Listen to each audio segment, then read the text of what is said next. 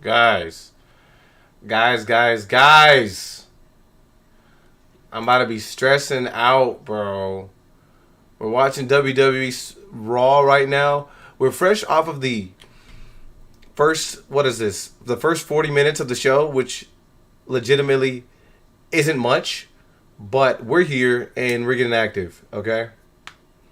Now, interestingly enough, I'm trying to figure out what we got going. Liv Morgan's headed to the ring to talk to us about something right now. I don't know what this is really going to consist of. What is she gonna talk to us about? So get in here, man. We vibing right now.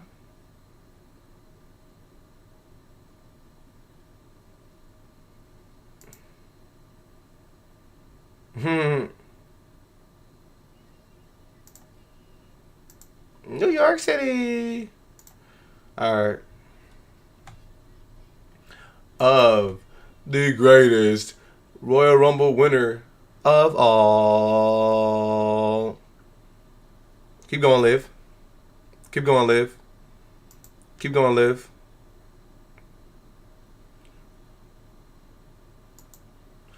All right. So this woman is absolutely obnoxious. Salute to her.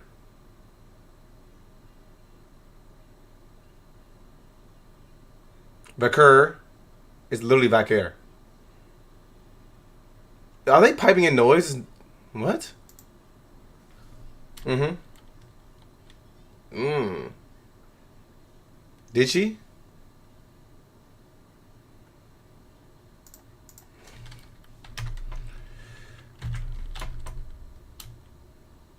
What?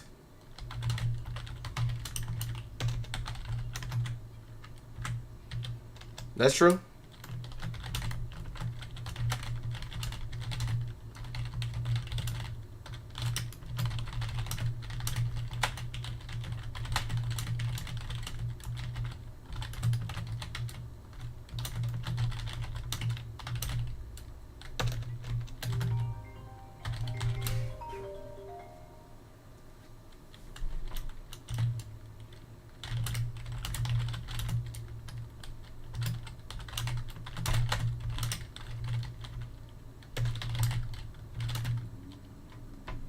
Stephanie's been getting the better of you, though.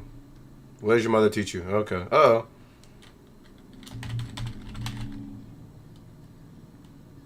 Your mother is trash. Ooh.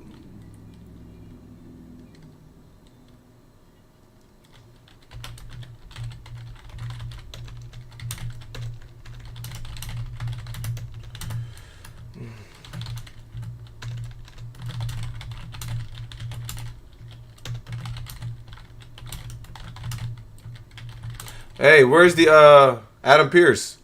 Stop this fight. Okay, Stephanie's here. They're ready to fight. What are they doing?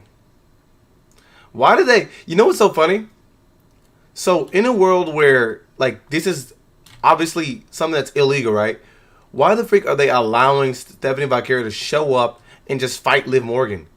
She should not be freaking allowed to do that.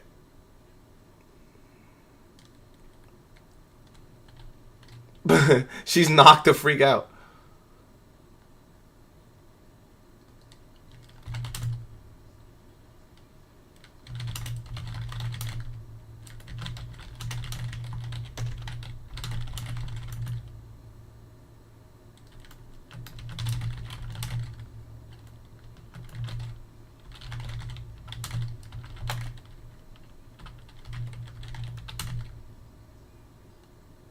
Why is Roxanne attacking her? And I hate when they do this, like, Roxanne has back thing. She's been gone for like 3 weeks.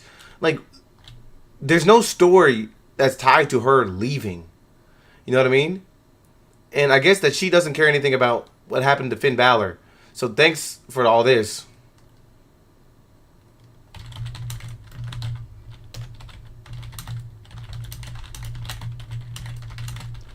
This was stupid. Like, after the segment they had last week, this is a horrible segment. This would have been much... So this is the segment you do before Stephanie Valkyria sneaks her.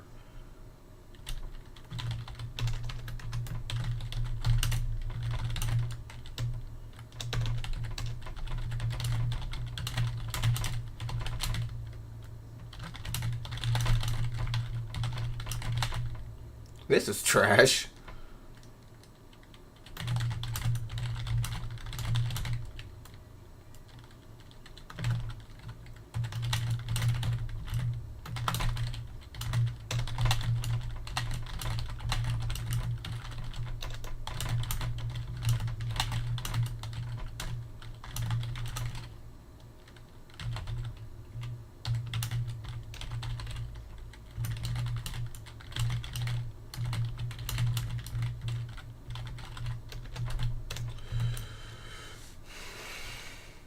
Oh my gosh. I'm not trying to watch this Paul Heyman freaking recap.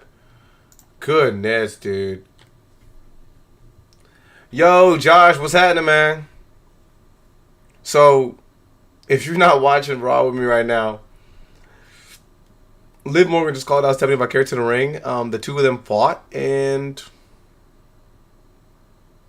they ended up standing tall as Roxanne came and aided Miss Morgan. Now we're getting a recap of what's been going on with Seth Rollins and Paul Heyman. Additionally, Logan Paul and Austin Theory are tag team champs. Oh, we got a segment in the backstage. Why is Speed saying he didn't mean to get involved? You picked up Brad Nussels and knocked somebody out.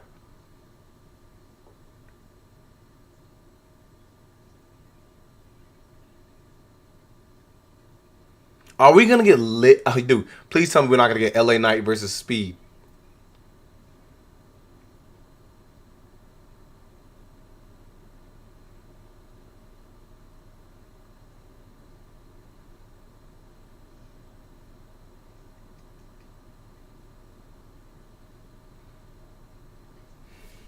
Oh my gosh. I have so many notes, bro. This show is ridiculous.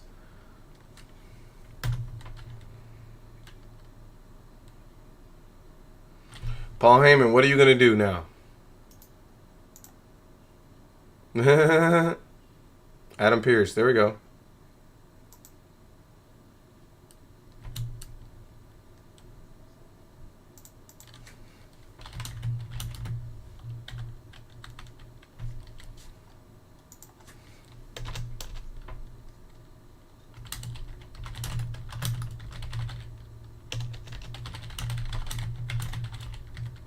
Mm-hmm.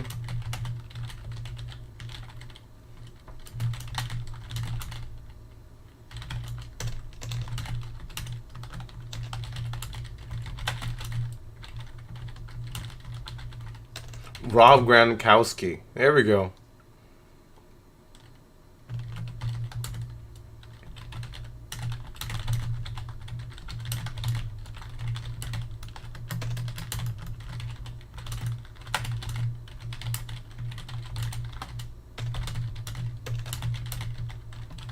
Oh my gosh.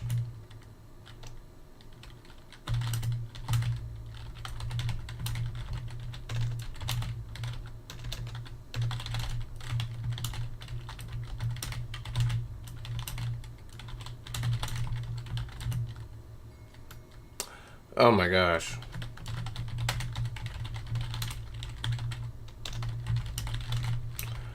So I'm taking some notes, man. This is not like, bro. We're within the first hour of the show. I'm getting upset right now. My reaction with the video, bro, is gonna go up on Patreon. I'm trying to like set up the dual streaming thing, but I need another camera, and I have it somewhere. I don't know. I gave it to my brother, and this fool freaking lost it or something. All right, so Bayley and Lyra just walked in. We're gonna go to commercial. What y'all got to say in the chat right now? Dude, I have literally zero reason to understand why Steph came out on this show. The most random appearance ever. When's the last time we've seen Shorty? Like, the New Year's episode? Like, she's not even in any way tied into the storyline. The only thing that you could mention that would make sense in regards to where her storyline sits is the fact that she was a victim of Randy Orton doing some crazy stuff. I don't really get. I don't get what that was about. Let me know if I'm tripping there, bro, because I can't. Oh shoot! I just copied the wrong thing. I can't, dude. And look, trust, I really tried to come into the joint with a positive attitude. But there's no way, like, that was... So I'm going to talk about that, potentially, in my review later. I think that was probably one of the worst opening segments I've seen in a long time for the WWE. No, like, legitimately. That was freaking bad. It didn't make any sense. Cody Rhodes came out there to tell us something important, and he ended up not telling us. I literally hate when they do that. Like, why did this dude come out here to tell us something important? He opens the show, and this is supposed to be something that we're sitting on our back heels about. And before he can even utter a word, he's interrupted. So then Stephanie McMahon, of all people, comes out there to tell him what? That he can't beat this version of Orton unless he does something crazy or something like that? What was the point of her coming out there to tell him that? Who is she in this storyline? That was just so extremely forced and just like who like was this supposed to be just an opportunity to get Stephanie McMahon on TV? It didn't make any sense, and she had a moment where she slapped Cody, which was stupid because it like if Cody would have slapped her, it could have made more sense if he would have actually disrespected her dad and been like, you don't need to show your face after what your dad got going on type stuff. That would have made more sense to me. She slapped him after he said that you're nothing like your dad, which could be taken in a positive manner, you know what I mean, based on the fact that this dude has like a bunch of lawsuits going on. I don't know. This stuff doesn't make any sense, man. This was not good. I hated the freaking Logan Paul fight too.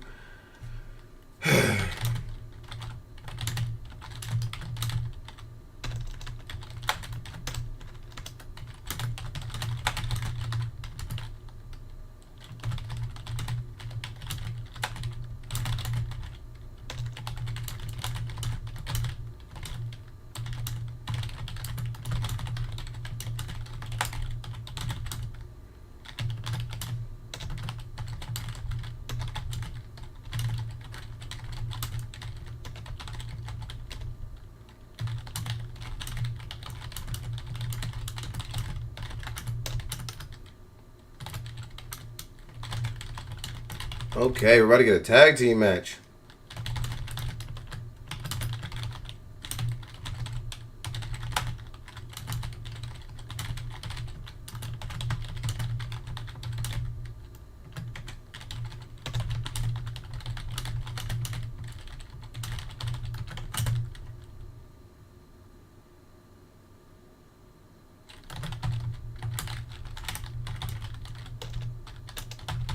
This is literally like the dumbest. Like, this is literally we're still getting commercials too. But this has got to be like the dumbest freaking intro to the show I've probably seen in a long time. Like, legitimately, bro. Oh my gosh. What was that, dude? I don't understand why they're trying to play ISO Speed like he did some dastardly work by trying to assist Logan Paul, like he wasn't freaking sitting next to Logan Paul's mom. And then picked up brass knuckles, put them on, and punches LA Knight in the head. Like, you didn't accidentally punch anybody in the head. It would have made one thing. Oh my gosh, this is just bad. Bad, bad, bad. And now what are the Vision supposed to do at WrestleMania now? It stinks. Alright, let's see what they're talking about here in this tag team fight.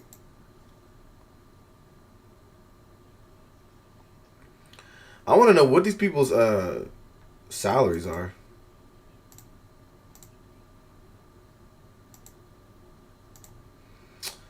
This is crazy. Do y'all think that, like, Mr. McMahon is the one that is the person that Randy's been talking to? Hey, shout out to Tuck in the chat. I'm saying, I'm back on my streaming. A W Tuck in the chat, man.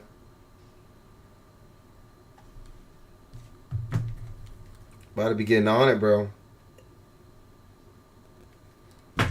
Hey, yo, if y'all don't know, anybody that's in the chat, my boy Tuck can do it all, man.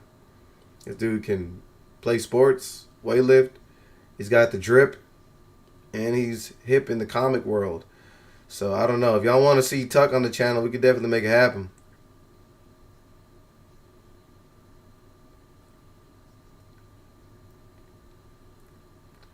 Look at a W in the chat for Tuck, man.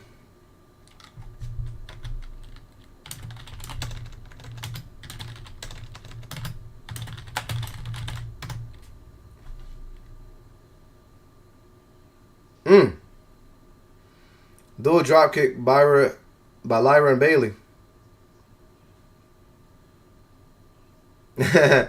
I know, man. I've been slacking, but it's okay. We dropping the content, man. We going, man. The people have motivated me. The people have spoken. No facts. About to start streaming way more, man. Doing a lot more music, movie and TV show reviews as well. So we could chat it up about that for sure as well. You know what I mean? W freaking Tuck. W Josh in the chat too though. Josh, you watching the show?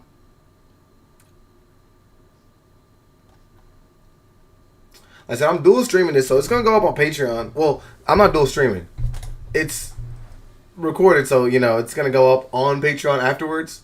But I will probably start dual streaming in order to assist with efficiency moving forward. So that should be pretty cool. And you know what I'm saying? We can put him in the Don Callis family. Tuck is drip ready. He's got the drip.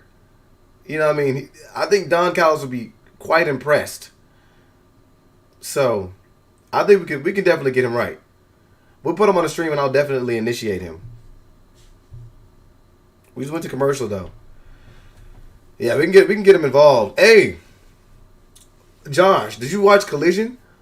I didn't get to make a video about it, but bro, what do you think about my boy Johnny showing up out there, man? He took an L though, but what are we thinking about him? What are some of the things you think I'm gonna move forward? We're gonna see on Dynamite on Wednesday.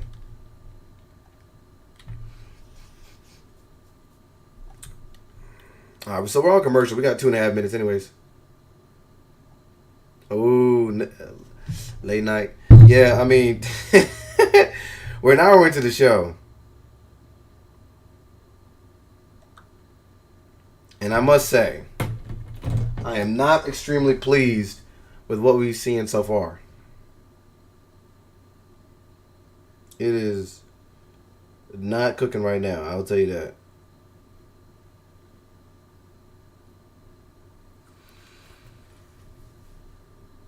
Like, I felt like, is Brock Lesnar advertised for this episode? Let me see. Is Brock Lesnar advertised here? Brock Lesnar. Who's advertised for the show? We got Roman Reigns advertised for the show as well. Because if Roman's here, hey, we got something nice to talk about. You know what? For the stream, I probably should start putting on it. Morrison. But what do they call him? He was like Johnny something? Johnny Star? Gargano needs to be over there. I'll tell you that. Yo, Johnny Sins is crazy. Oh my God, Johnny Gargano needs to be over there. But I know he's supposed to be fighting on WWE NXT. So this dude went from being a tag team champion to fighting on WWE NXT. All right. What the freak was Ball Johnny? You know, Ball Johnny. Johnny TV, I think is what he was up there. Yeah, he fought a match against old boy from the tag team that's pretty flippy. I can't remember his name for just a second, but it'll come to me.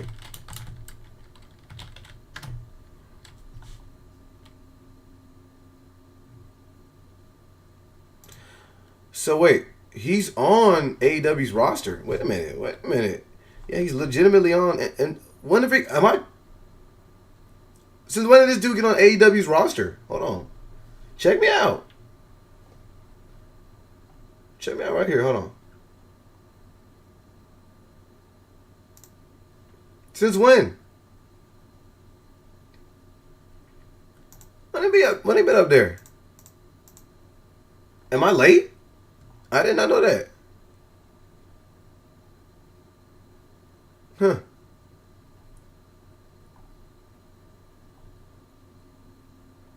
Where's Dustin Rose at? He's having surgery?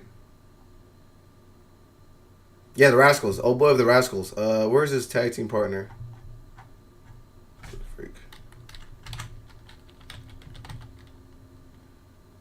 I think it was Zachary Wentz. No, it was Myron Reed. That's right. It was Myron Reed. They fought. Yeah. That, like, where have I been? How long have they been on AEW, man? That's pretty crazy.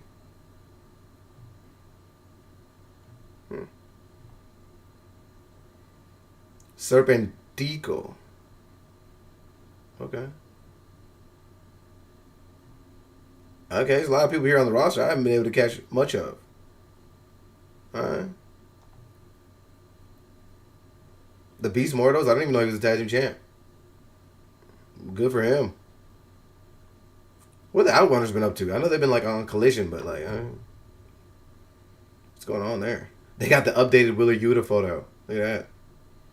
Windsor, where's Mercedes been? I know she's booked and busy losing those belts.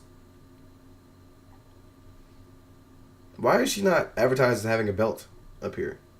Where's Mother Wayne been? She hasn't been on TV in like 7 months, right? There's been a lot of women that haven't been on TV. Where's old Shorty? Wait, is she not on the roster anymore? Old girl from Ghana, where the freak is she at?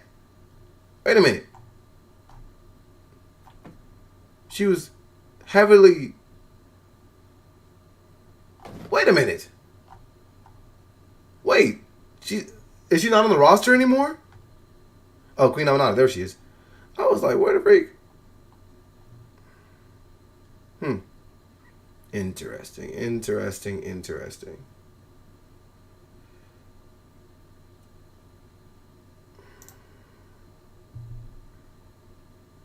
Yeah, I know he lost his hair at CMLL, but I did not know that he was... Okay, so I know he's been like on ROH a lot, but I didn't know he was legitimately on the AAW roster. That's what they gave us. They got him on the roster. All right, back to the show. Nia Jax on the top rope. You know, this is not going to end well.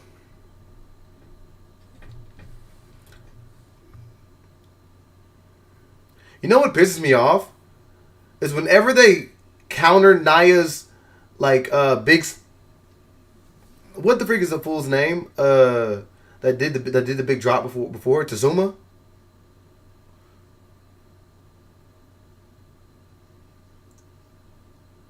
Well, that was obviously going to be broken up by Lash Legend. Anyways, I hate that whenever Nia gets to the top rope and they counter her and they do the powerbomb spot, they continually act like this is something that's so crazy and surprising. Bayley's already done that spot to Nia multiple times. So why were they like, no way possible? You knew what was going to happen, bro. Anyways, that just irks me. Maybe I'll write that on my notes. We knew the Bellas were going to come out here for no reason. Oh my gosh, Charlotte there.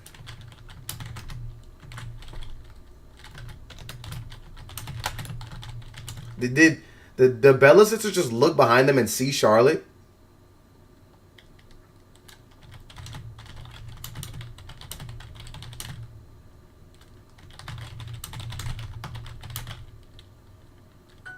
Why did Lyra just step outside the ring?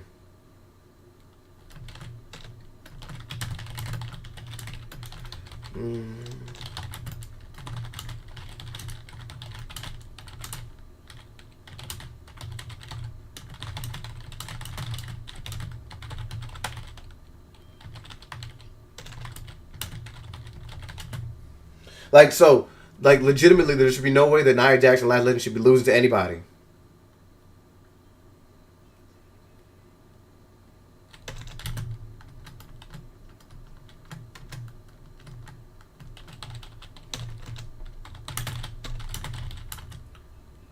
Why are they interrupting in the match?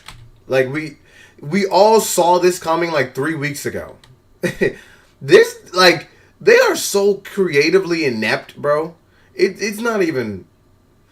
You know, I'm trying to get positive. I was positive, you know what I'm saying, 5 seconds ago. I try to be positive, but, bro, this stuff is crazy, man.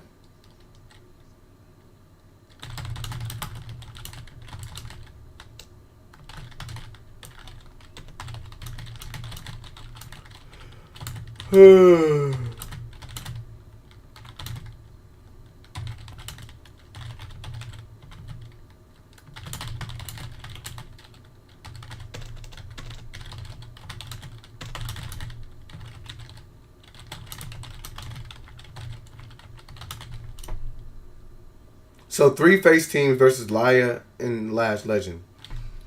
And what is this supposed to tell us right here? So all the faces teamed up. Oh, now they're pushing each other. Yeah, Bayley, I don't know why y'all be okay with Charlotte and them intervening in your match. Oh yeah, I forgot the Bellas are technically heels. My bad, the Bellas are technically heels.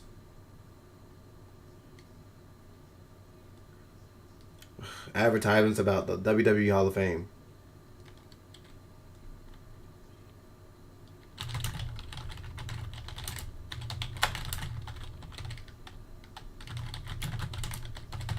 Whew.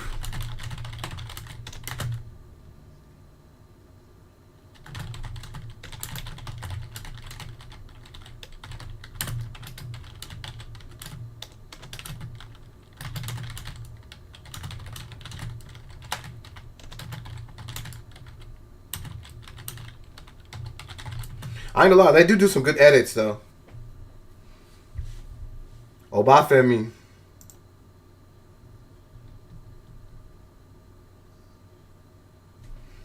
Johnny TV was there, yeah.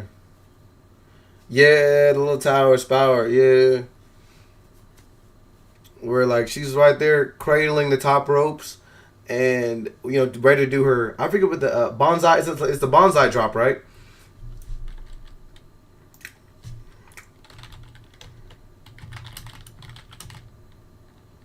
From Yokozuna. He used to do that joint.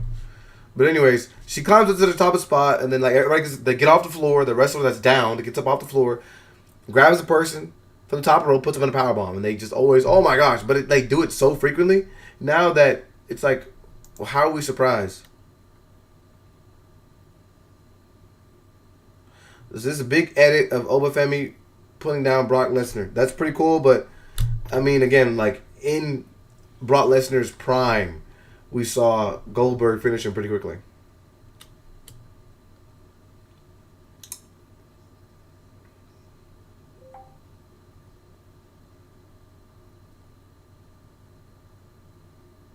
I don't know why that like that notice is there in the middle of the screen or whatever. Oh dang! I gotta do my Duolingo. Oh, Brock Lesnar's back. Dude, we're going to another freaking commercial. Dude, I gotta put my VPN on. This is I ain't gonna lie, this is kind of crazy. I don't know if I can do like the dual stream though. If I do the VPN, that might mess up my stream for y'all.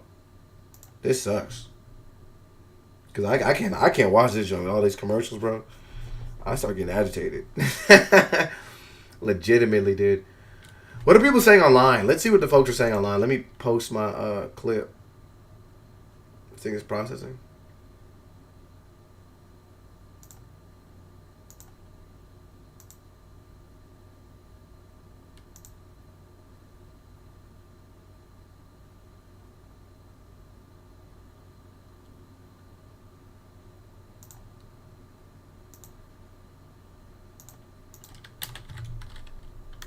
I gotta.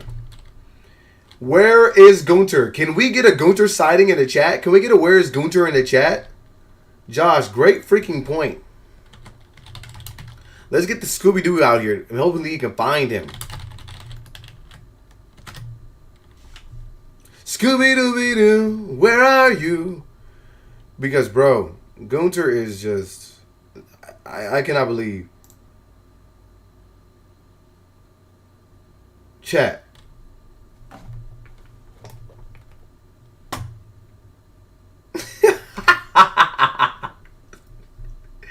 We all knew this was gonna happen, but didn't I tell y'all like a video not long ago that potentially we were gonna see John Cena show up and host? We were gonna see him show up and do segments. They are trying to find any way possible to sell tickets. This dude just retired 3 months ago, and now he's already back and hosting, which I'm not mad at. I mean, I assumed that he was gonna be doing something of this nature shortly after, finishing up his in-ring work. But come on, bro. This soon, this early. I imagine that he's going to have a couple spots here and there too where, hit somebody with an F5 or whatever. Or FU, attitude adjustment. And that's going to be it. But let me know what y'all think about this one right here. John freaking Cena is back and the host of WrestleMania 42. Let me know in the chat what the freak we're thinking about that one there. If that's cool, if y'all cool with that, then I'm cool with that. I'm cool. I'm down to see John Cena, so I'm like, trust. I'm not mad at that. But it's like, I mean, can we be any more obvious? That's gonna give them the reason to throw the money back on the tab, I would assume.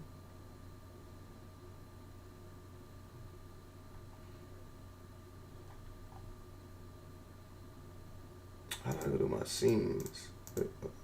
Scene. Let's go to scene.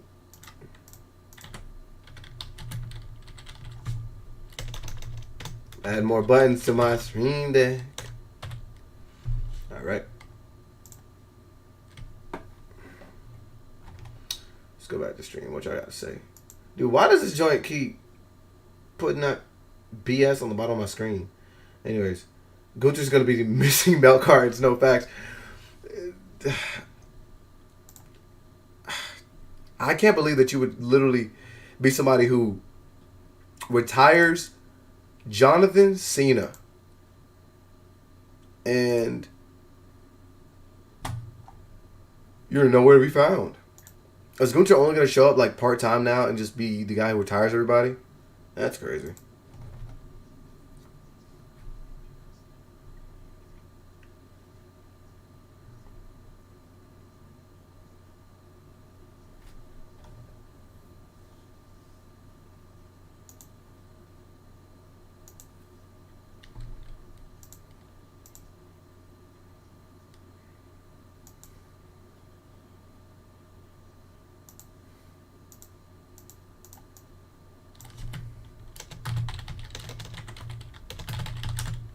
Brock Lesnar, dun, dun, dun, dun, dun, dun.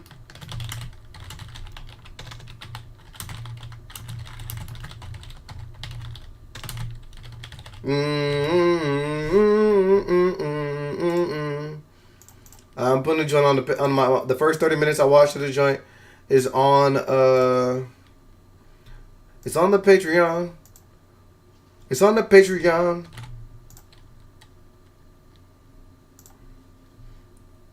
Cause I know y'all be getting on me saying I don't be grinding, bro. I'm grinding. I'm fresh off work to the stream too now. We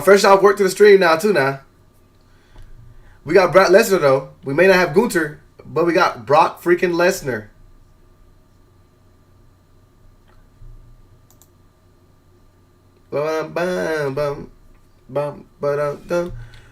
So we're gonna get. I would assume it's not gonna be a FEMI versus Brock Lesnar promo, right? I actually got my water.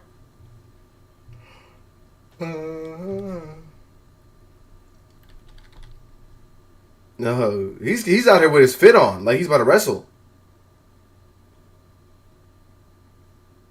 Brock got his drip on.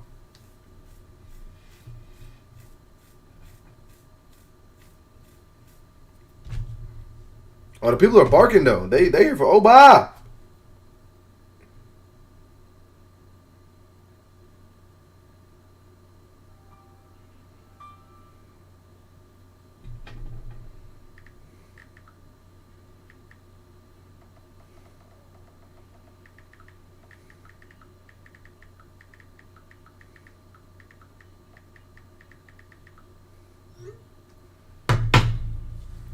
Now you're trying to say that Brock Lesnar is the real main event of WrestleMania? Lesnar.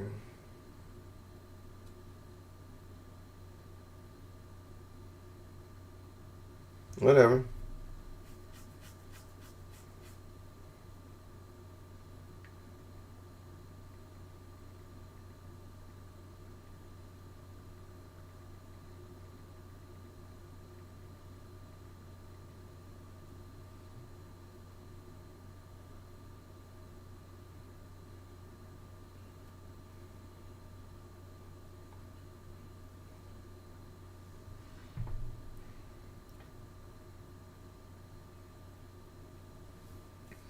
Let's talk about it. What you about to do to Oba Femi, bro?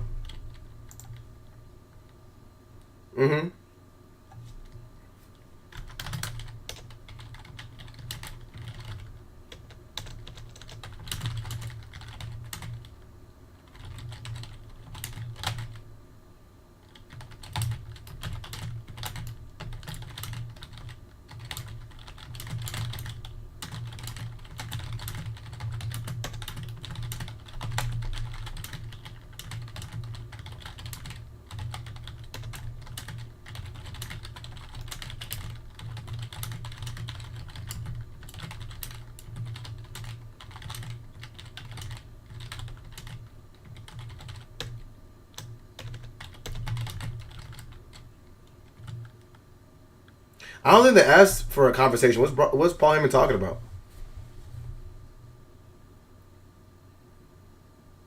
I ain't gonna lie, Brock Lesnar a big dude, bro.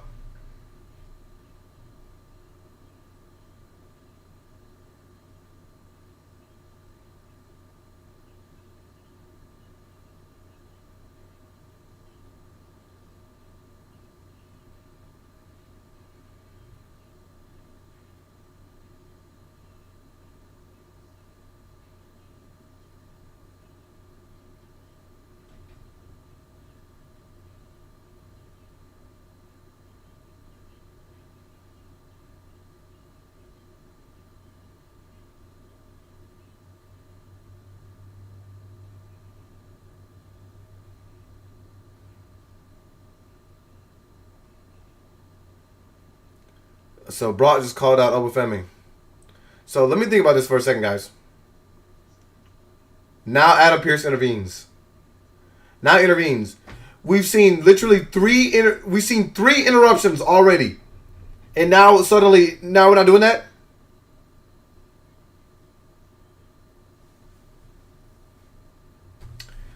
Oh my gosh, this is dumb.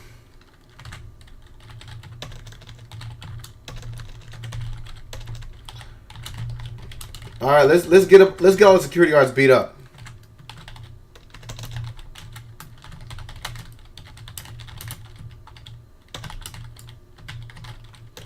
What if he tells him to leave the ring and then Obafemi's just waiting for him in the back? I hate that they do this as if somebody's just showing up to fight somebody. Obafemi's about to do his whole entrance. Dun dun. Let's go. Let's go. Come on. Bring it. What? What? Dun, dun. Dun, dun. Dun, dun. Dun, dun. Dun, dun. Dun, dun, dun, dun, dun. Bum, bum, bum.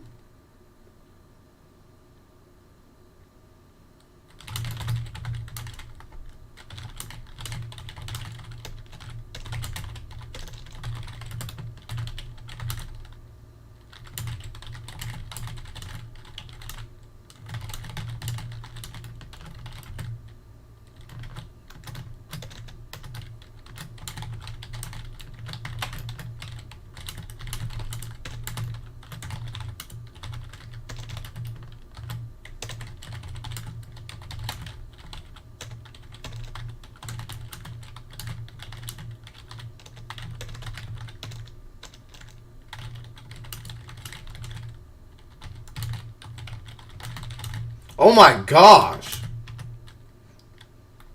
Yeah, let's go ahead and beat up all the security guards. Let's see it. Oh my gosh! He got tossed. Oh!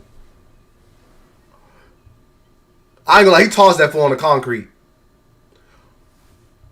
Oh! I ain't gonna lie. He threw Adam Pearce. That was... hey, now. Now I'm ready to see this.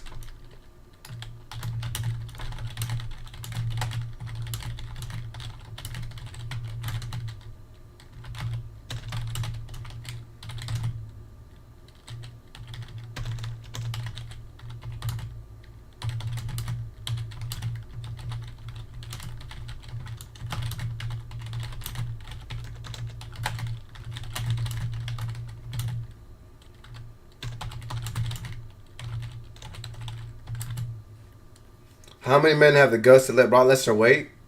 Anybody. Why would you rush? Why would you try to rush Brock Lesnar? Like what?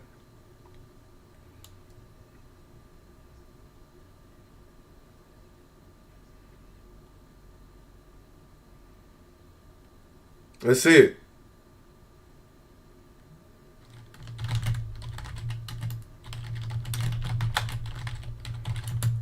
Some stories are just easy to write, man. You ain't got to do too much. This is good aura right here. Paul Heyman, get out of there. FAFO. Let's get this. I ain't gonna lie, this guy's kind of similar size. Triple H. They booing the hell out of Triple H.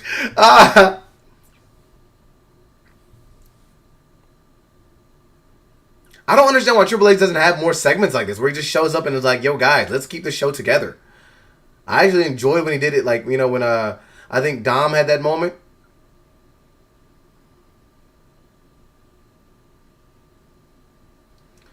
I like this though.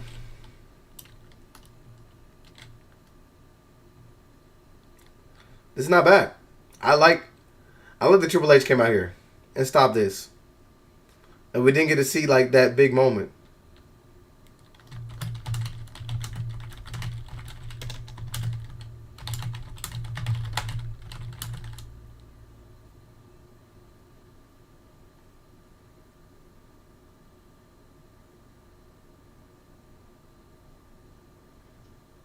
Dude, that dude's strong as heck. Of all people, Triple H is going to show up at the big shows, I'll tell you that.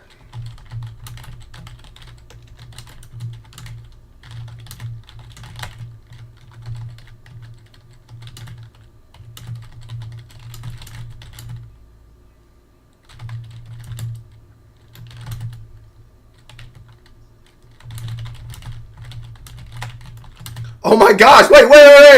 Why is he about to beat up this fool? Just F5 to random security guard. I like that.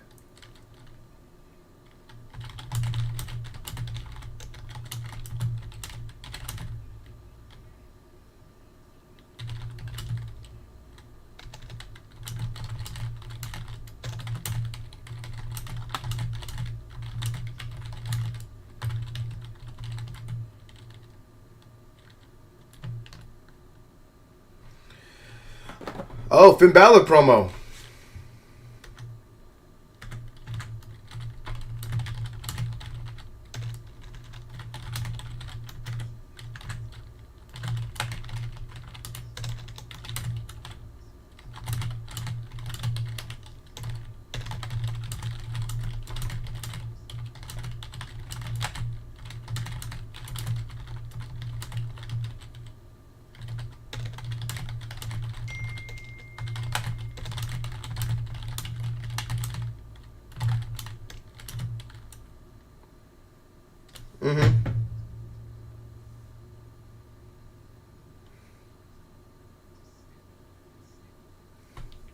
Right?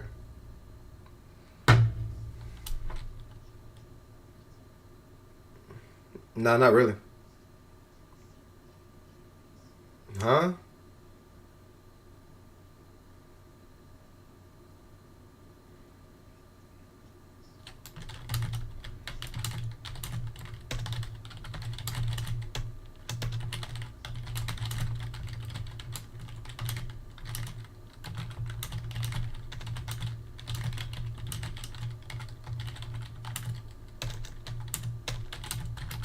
I don't understand why these guys want to fight at WrestleMania.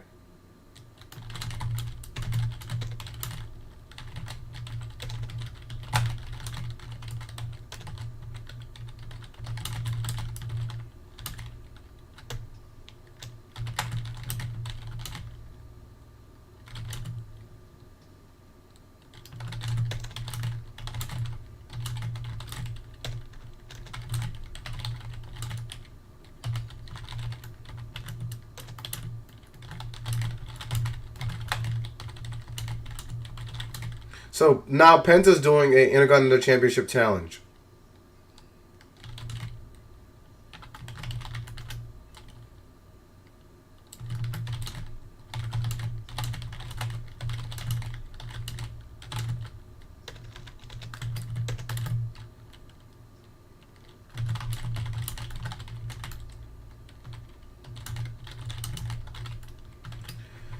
Pence about to fight Kofi Kingston. Oh my gosh, dude. How many times have we seen... I'm done with this shit.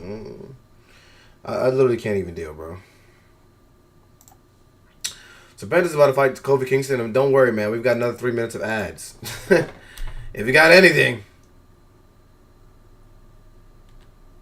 Yeah, I ain't gonna lie. That freaking security guard is dead. So we've got to let somebody know what the freak happened to their family member, bro. Oh my freaking goodness. They destroyed that fool. Okay. Let's see. What are they thinking about on WWE Monday Night Raw? Let's see what the interwebs have to say about the show. A mystery masked man. Hold on. This is a short person. This is like Becky Lynch. What are we thinking about this, chat?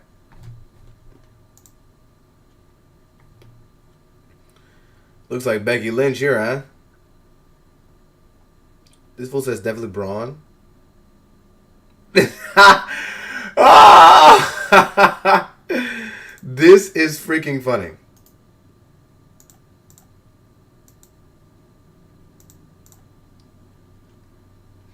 What if he took the mask off and he's not who you think he was?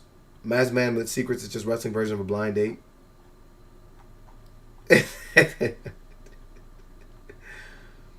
Dude, so many freaking masked men.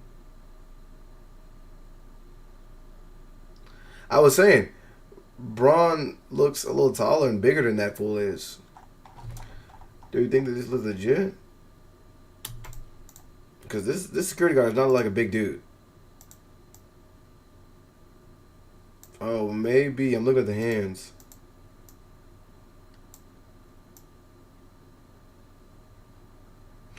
Maybe Brock is not as tall as we thought he was. Maybe that's what it is. Maybe I thought he was taller.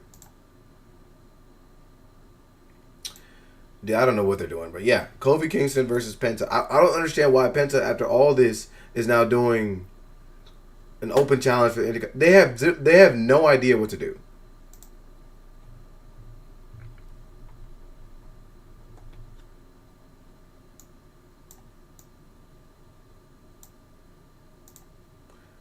Why y'all like, dude? Doesn't she sit? Dude, she's at a good chunk of the shows. Isn't she like in the Gorilla for a good chunk of it?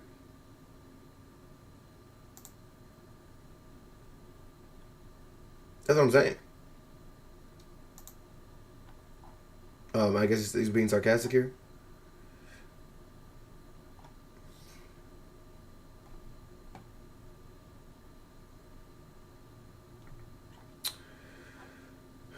Do.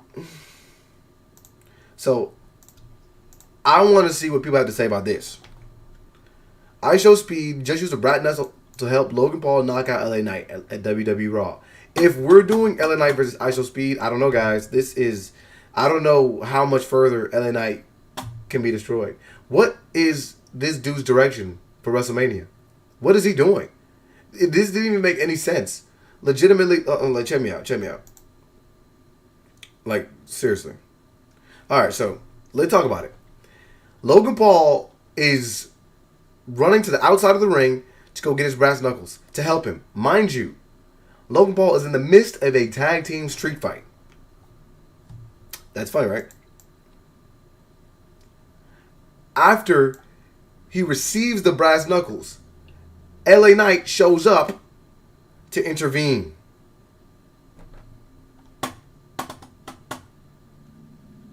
What is this about here, huh? I don't know. Let's see what that could potentially mean.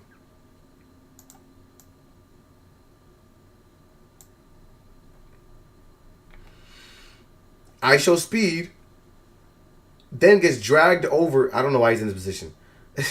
But he gets dragged over the barricade while LA Knight is beating the living crap out of Logan Paul. Pretty crazy.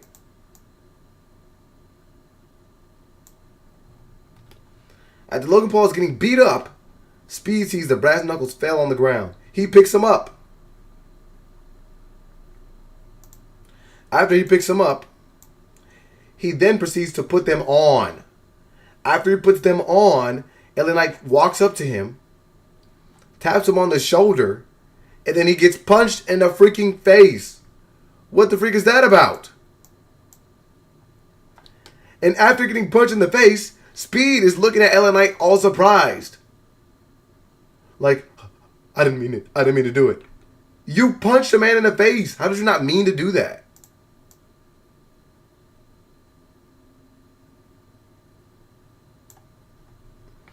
Like, he's legitimately like, please, I'm so sorry. I'm so sorry. He's so apologetic about it.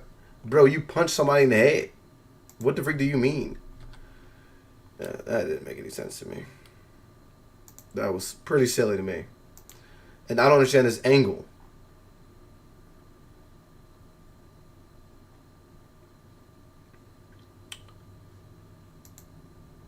Let's see this. Let's see this right here. Are we legitimately going with this? Look at this, guys. ISO Speed has unwillingly joined the Vision. Let's hear this. Unwillingly joined the Vision.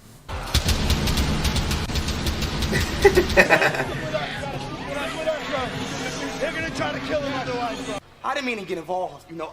Whatever you meant to do doesn't matter. You have real enemies, trust me. I know. Don't understand enemies, bro. If you stick with me, you're in good hands. The Usos are going to kill him. Which is right now just Logan Paul and Austin Theory because everybody else is injured. However, now that they've got ISO Speed, I mean, they could take on anybody. The Bloodline, Speed can handle that himself. Paul Heyman was all like, oh, the Usos are going to unalive him.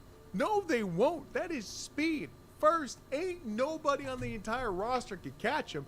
Second, have you seen Speed wrestle? Yeah, there's nobody that can match him. And if they want to come down to it, Speed beat KSI in a boxing match. Speed's going to dominate a WrestleMania. Did he beat KSI in a boxing match? I don't think that happened. Because we got ISO Speed and Logan Paul, the two greatest wrestlers, the entire everything that the WWE has right now. What do you guys think about this? Are you excited? This dude gotta be trolling. I'm not playing around. He gotta be trolling.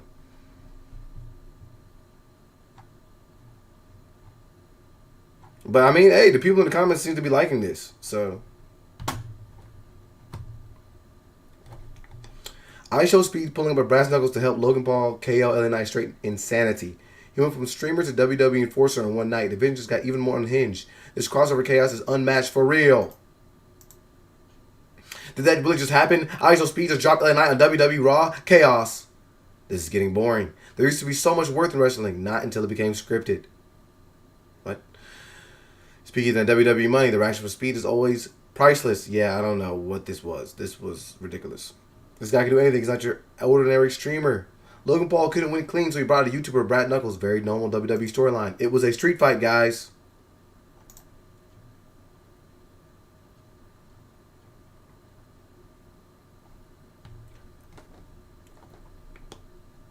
If y'all like it, you know what? Maybe I should just love it. Maybe I'm doing too much. Let me know if I'm losing my mind. Wait a minute. New York? Speed might be on the freaking payroll. Because why is he? Why is he there? Actually.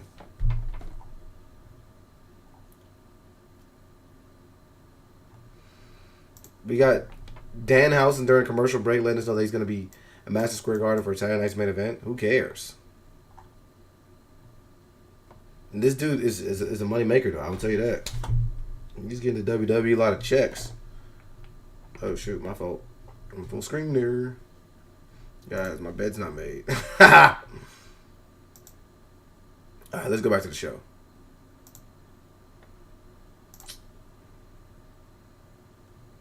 Why am I still getting ads? Dude, it's been like 30 freaking minutes. All right, whatever, dude. I don't even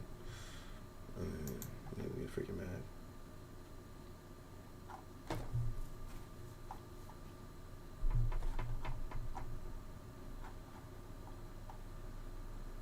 Hey, what we thinking? What we thinking, chat? Hold on. Look at this. Look at this. Look at this.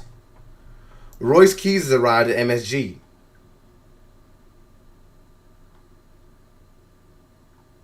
Since retirement, my road has looked a little different, but now I can officially say I'm headed to WrestleMania. See you in Vegas. John Cena, don't piss me off. Despite reducing the prices and offering discounts, they couldn't sell out the Mania tickets, so they had to call back the GOAT once again.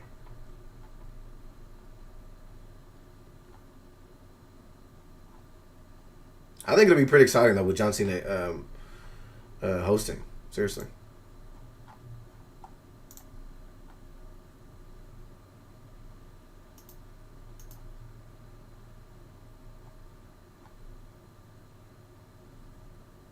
What if John Cena showed up? That'd be pretty cool, huh?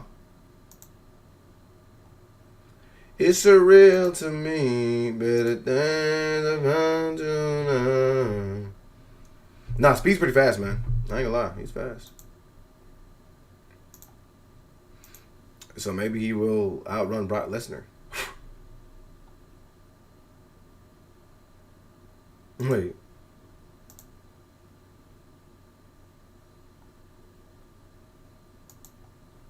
I can't believe the Usos have a new theme song. That's pretty incredible. Look at what Liv Morgan said earlier, too. You're done for, man. It's one thing to attack me, but to go out of my family to attack Daddy Dom? You don't have any family here, do you? Tu madre es basura. Liv Morgan went personal against Liv. How is that? You know what? What the freak am I complaining about at this point? Nobody cares. Obviously, nobody cares. Oh, shoot. My bad. Penta's back, though.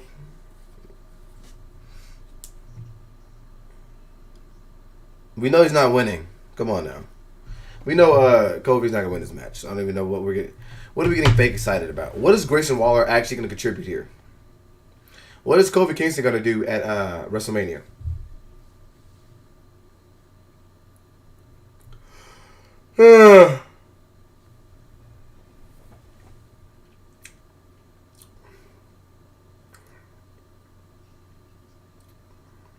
Kofi Kingston can still hoop a little bit.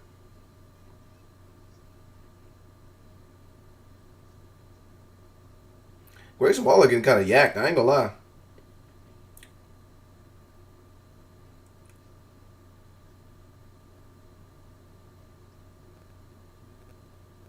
Oh wait, so now the Grayson Waller and Kofi Kingston are falling apart? What? Kofi now suddenly doesn't want to cheat? He's gonna lose.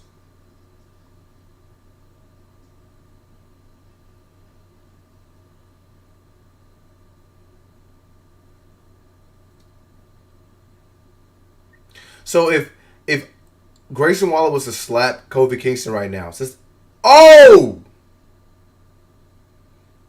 Why did he give a destroyer to Kofi? Well, looks like this is going to be it for Kofi right now. He just gave Grayson Waller a destroyer on the outside of the ring. And Grayson Waller literally was being respectful. He didn't attack this dude. Trouble in Paradise. He's kicking out, though. Told you. I don't even feel like... It's not even surprising to me anymore.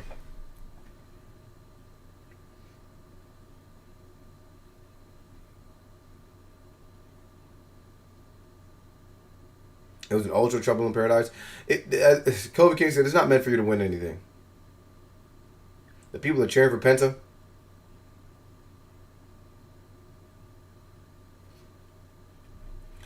Wait a minute. It's 9:40 right now.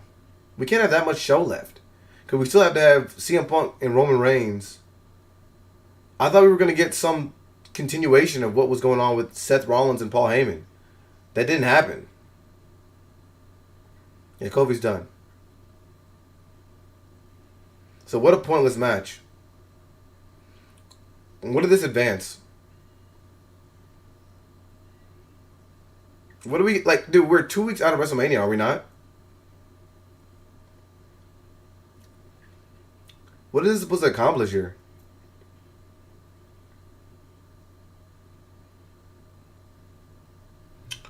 Or maybe it's 3 weeks. Maybe it's 3 weeks for WrestleMania. What is Penta doing? Like, it's crazy, man. What are we getting on these TV shows in what is supposed to be build up to WrestleMania, where you guys are having a 2-night... I don't understand how you have a 2-night WrestleMania with 0 stories. This doesn't make any sense.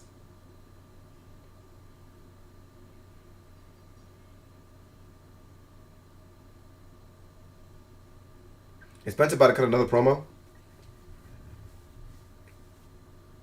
He is. All right, Penta. This might move him forwards. Yay, Penta. Mm-hmm. To be all eyes can know. What are you doing next, Penta? Yes, let us know.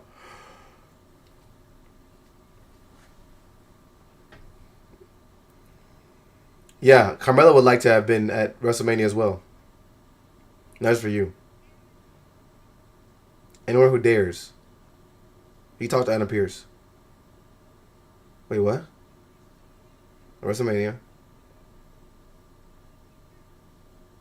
Oh, he's doing a ladder match.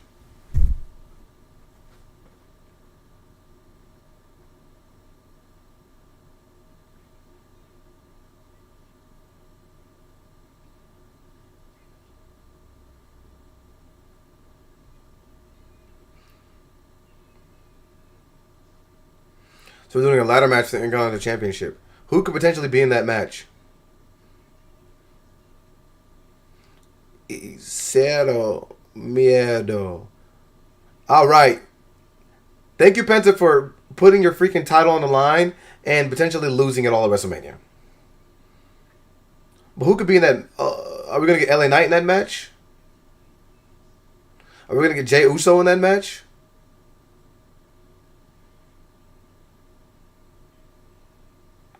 But if we're going to do that, would anybody be excited to watch Money in the Bank? Yeah, shit, we might be. Shit, AEW can do that type of stuff, so maybe WWE can find a way to incorporate a lot of people.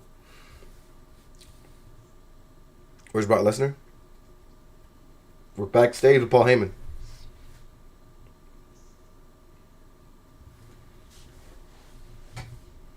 So Brock Lesnar did nothing.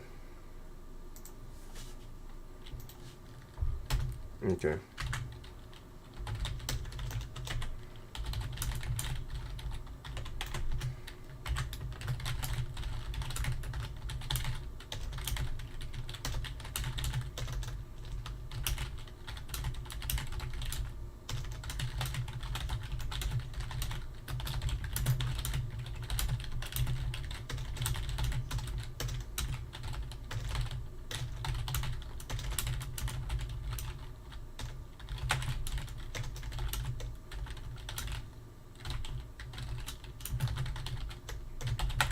Paul Heyman's coming to the ring finally.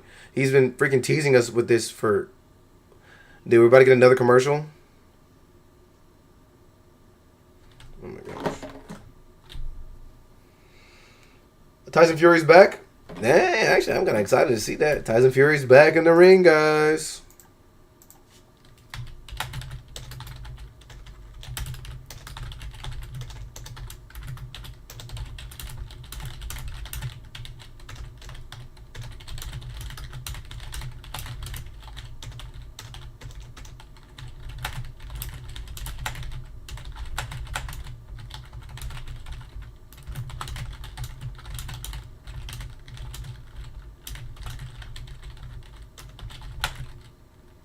Do y'all think that would be necessary? Like, that would be like a good thing if we got to see LA Knight potentially compete in a Intercontinental Championship match and actually win an Intercontinental Championship, or potentially Finn Balor? Well, that can't happen though, right? Because Finn Balor's gonna be fighting against Dominic Mysterio. So I don't know.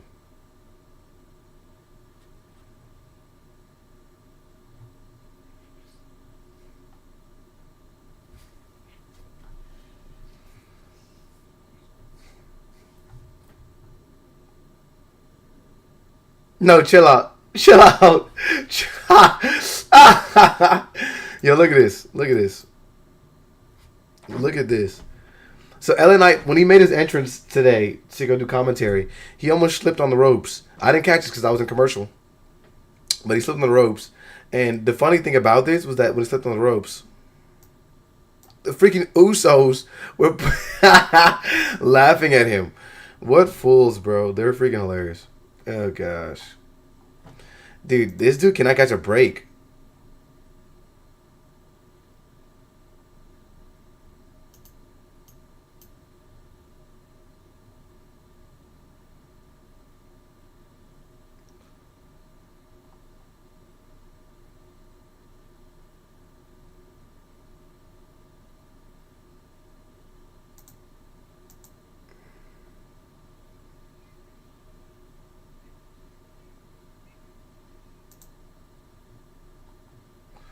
It's just me, Oos.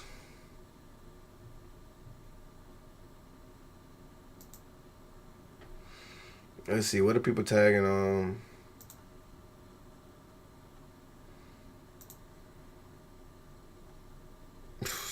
Yeah, that's true. We're gonna get Dragon Lee in that joint. Absolutely. Out of anybody. You know, we might get the whole Lucha experience over there. Yo. Dude. I'll tell you one thing.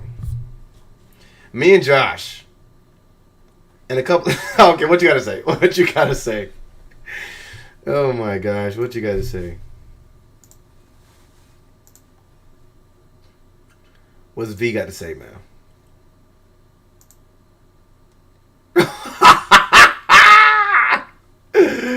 Dude, V. I was just telling the chat.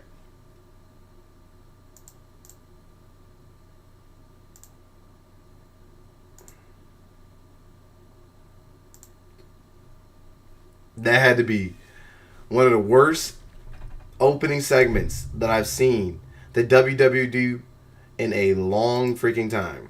That was bad. No joke. Oh my gosh. All right, we got Paul Heyman.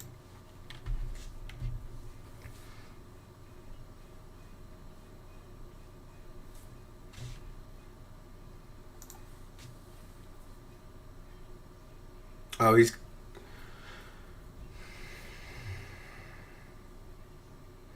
coming out here to gloat about the Vision. I wish they like made Paul Heyman more like Don Callis. Like it would make much more sense.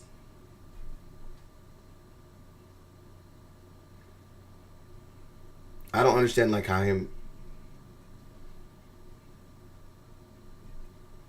he trying to get back to the community by having the Vision be tag team champions.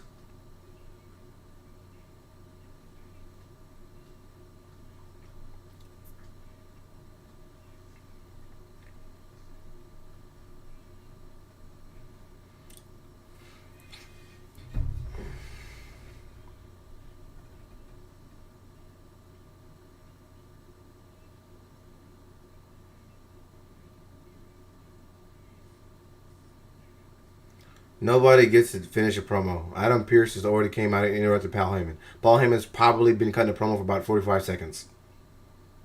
I'm like a little delayed.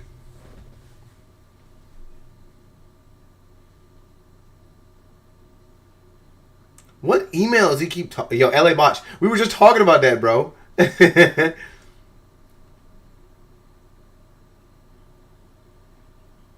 Paul Heyman got that big red rollie.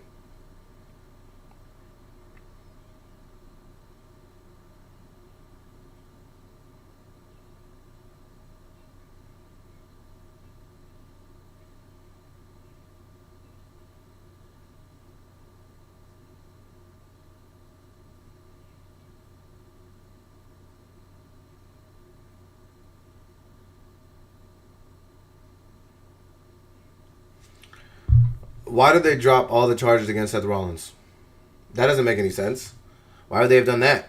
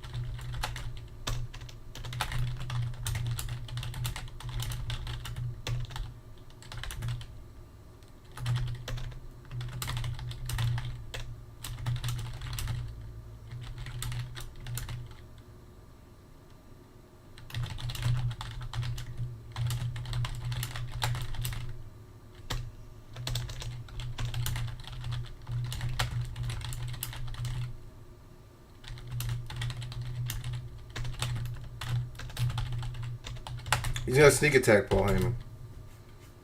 We all know exactly what's going on. Like, this is so. He's got the chair.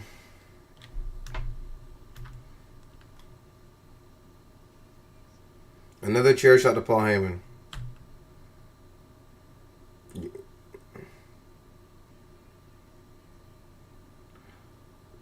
So he's gonna like stomp him on the chair. What I'm trying to figure out, what is the purpose of this? Okay, so Paul Heyman's Braun Breaker's gonna show up. That's obviously what's gonna happen next. Okay, let's go ahead and fast forward this. Let's Gunther.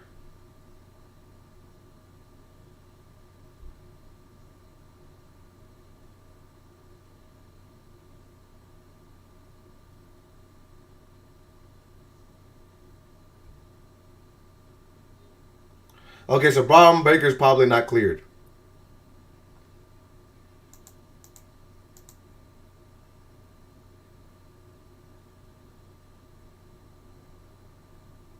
He's really choking that fool out. That fool's red as heck.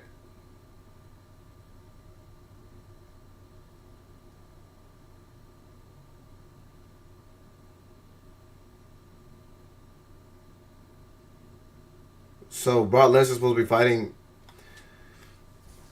Dude. We were just putting in the chat earlier. Where is Gunther? And this is what we're getting? Why? Who the freak is bleeding?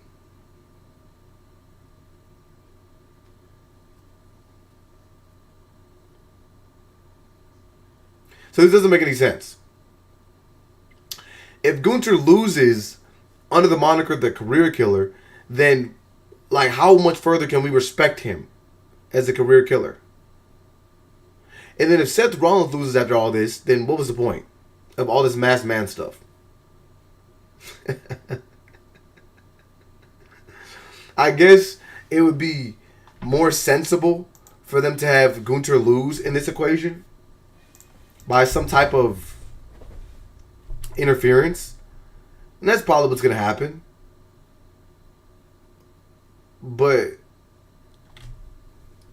why are these two in a match? That's dumb. That just pissed me off.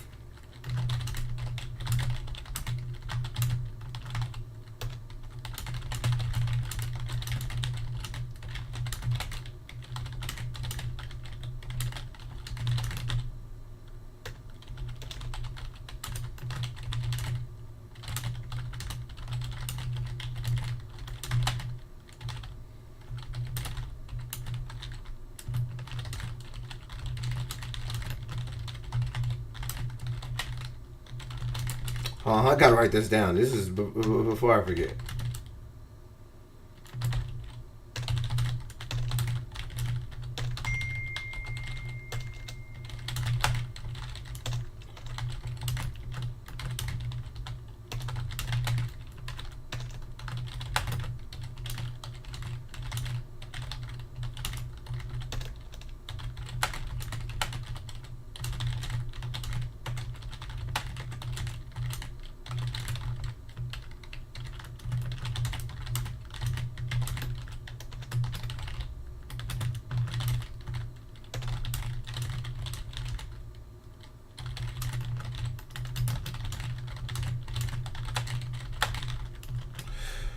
I want to see what the freak y'all got to say about this in the chat. I got to see what y'all got to say about this in the chat. I have to see what y'all got to say about this in the chat.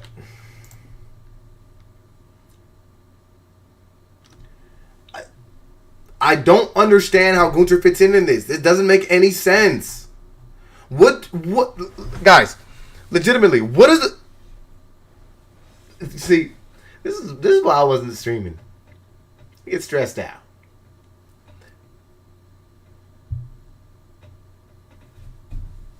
What the freak is the point of Gunther being incorporated in this match? No, yeah. We were just talking about that earlier on the stream. Yeah, Cena's hosting. WWE couldn't keep Cena away long enough.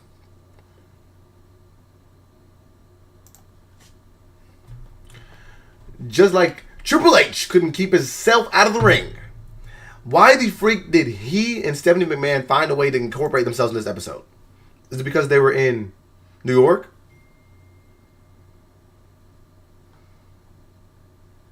What was the point of this, huh?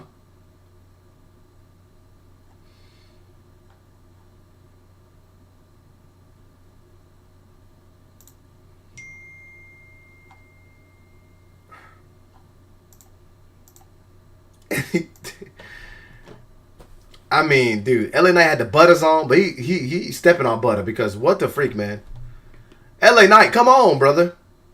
So we think that potentially LA Knight could be in that Intercontinental Championship ladder match, or he's gonna be doing something stupid like fighting against ISO Speed. I promise you, he better not be fighting against ISO Speed, because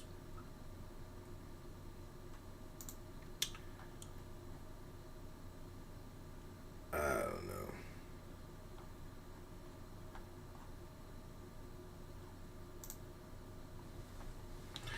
Jonathan Cena will be hosting WrestleMania 42. I think that'll make the show interesting. I think that it's a good way for them to justify why tickets going to be a little bit more expensive. And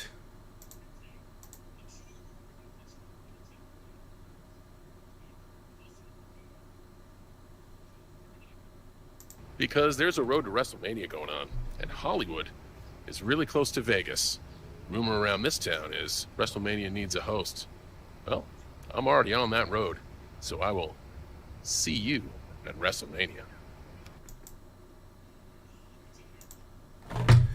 anyway, shout out to John Cena. I think that I would be excited for that. I don't know why the Usos got a new song. That was not it.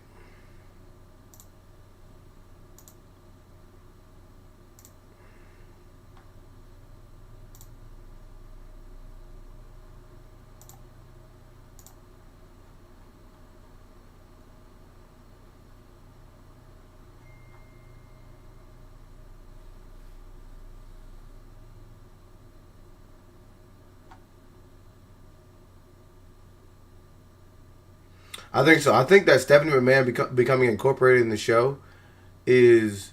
And look, all these people that were doing spoilers... So this is why I said, we saw a hooded figure showing up at the show, and this person, a lot of people were believing was Braun Breaker. I don't think it made any sense.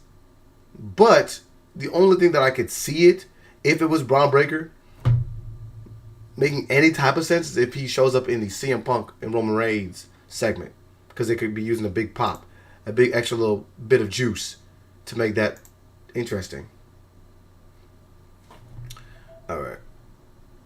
But, yeah. We got Liv Morgan and Raquel Rodriguez. I forgot they were fighting, and I don't know why I would care. Yeah, Seth Rollins and Gunther. When's the last time they, like, got in the ring against one another? This was, like... Maybe these guys faced off for like a segment or two when Gunther was the World Heavyweight Champion, or when he was chasing Priest for the championship. Maybe these guys faced off. I don't think that. I cannot fathom what the connection could possibly be, and why. Like, for example, why would Gunther need the assist of Paul Heyman? He's retired John Cena. He's a two-time champion. He's won the Intercontinental Championship, and he held it for like the longest time ever. What would he gain from working alongside Paul Heyman? Especially a Paul Heyman that can't seem to catch a W. It just makes no sense, bro. This, like, we're literally getting punished for watching week to week and trying to make it all make sense. This is silly.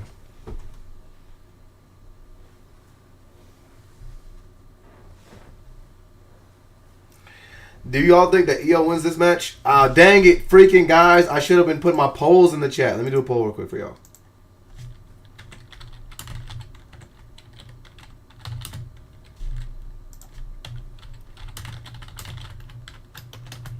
My bad, guys. I should have put a poll in the chat.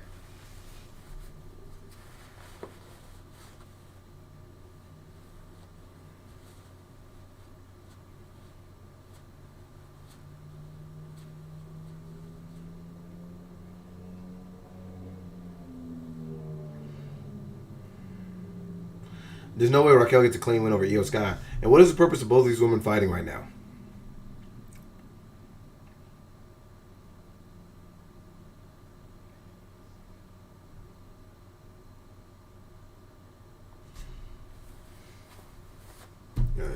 I don't even know where my phone is at, bro.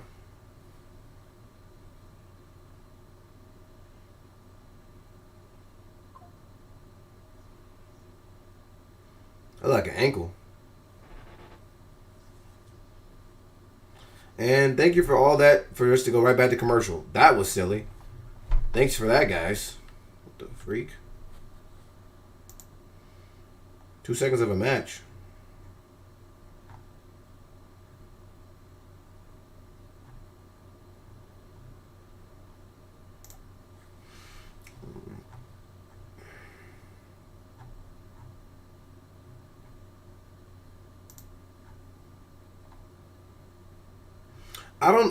Did y'all enjoy that segment? This dude said 2 words for you. Thank you. Did anybody here, was anybody cool with that? Raise your hand if that was cool to you. If you were excited to hear Cody Rhodes tell you thank you.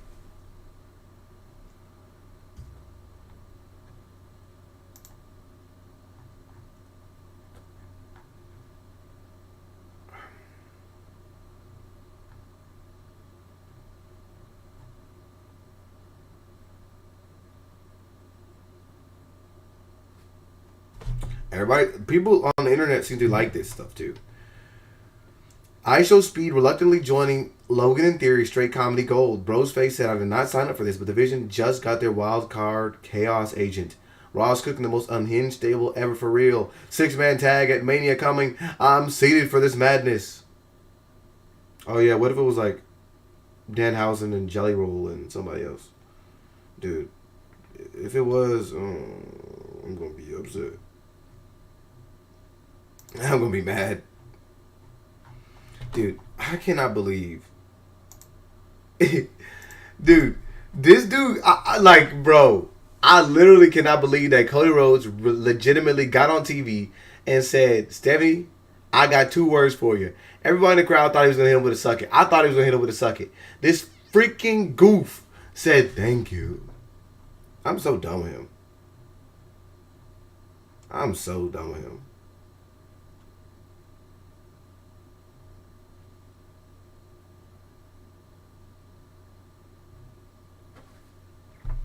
I thought he was gonna say you're fired. I thought he was gonna say that too, though.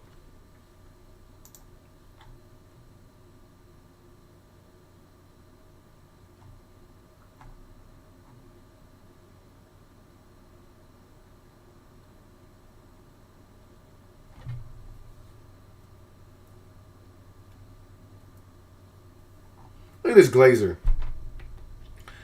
I have no idea what Liv called Stephanie Valkyria's mom, but it did not sound nice. He said she was trash. That wasn't that crazy.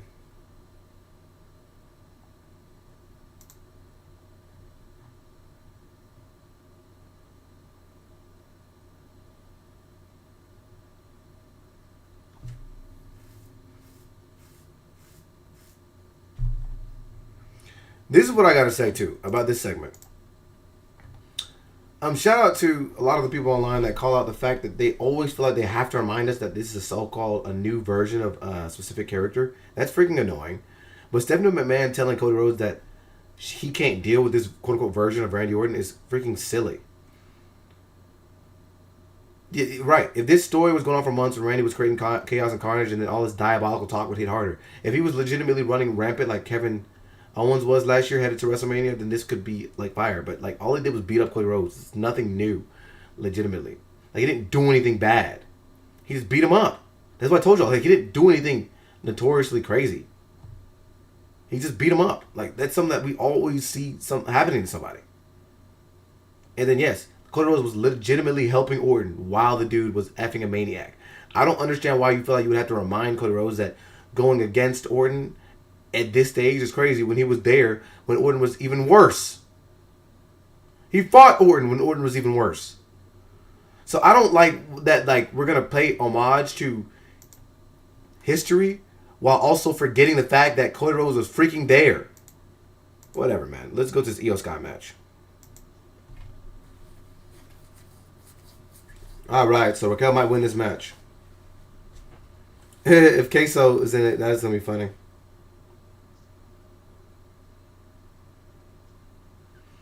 Dude, if we get the Americanos, I'm done with everything.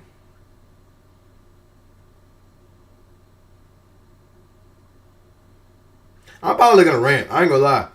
Right now, I'm keeping it calm because like y'all are here with me, bro. But I'm thinking I'm getting like the more I think about it, it's making me angrier and angrier to think about this Randy Orton and Cody Rhodes stuff.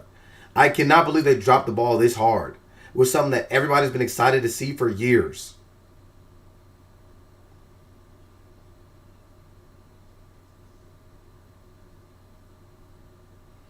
It's like y'all showing a lot of love. Why is Asuka and Kyrie here? Why are they here? Somebody tell me why they're here.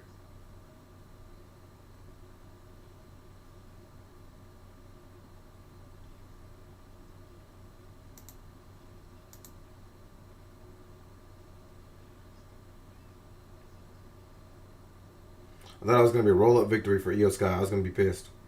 I need to get some water. These matches are not even good, bro. They're like not even entertaining. Raquel's looking woozy for 30 seconds. This is a joke. Catch her and powerbomb her.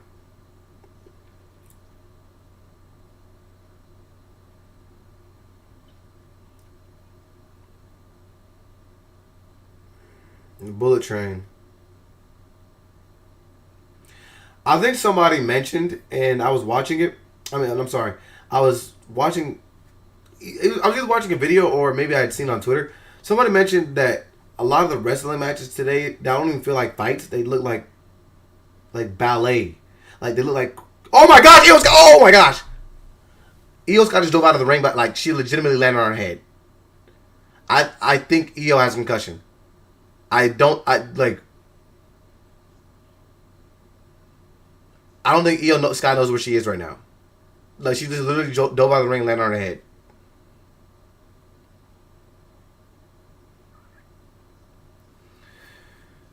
Okay, so Io Sky gets pinned. That's cool for Raquel. What does this mean for anybody? Is he going to get a triple threat or something like that? What is this segment supposed to do for me here?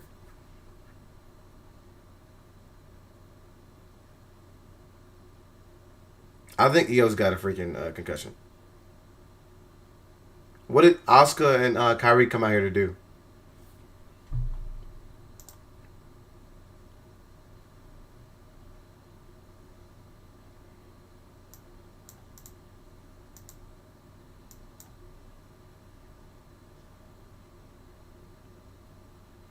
Well, Raquel got the W there.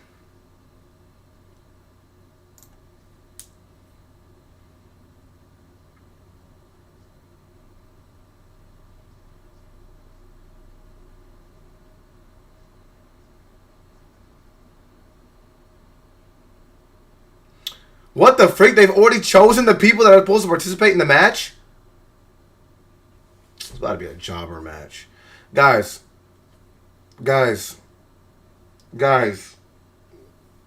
It might actually be a good match, though. Like, no hate. Like, this is ugly, but it actually might be a good match. Let me show y'all this.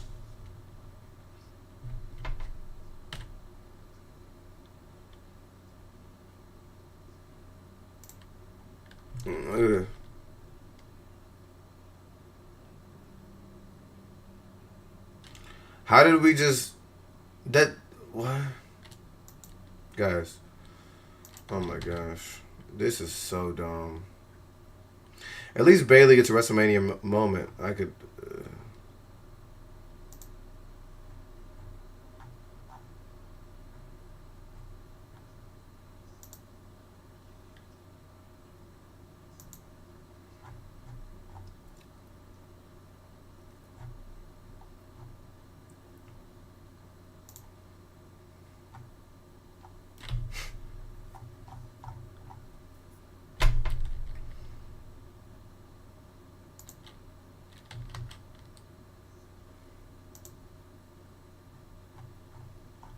Guys, y'all think I'm playing around?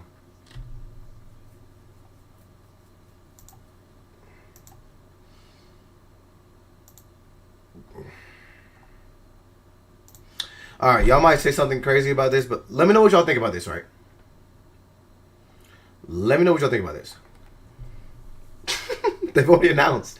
They've already announced what they're gonna do here.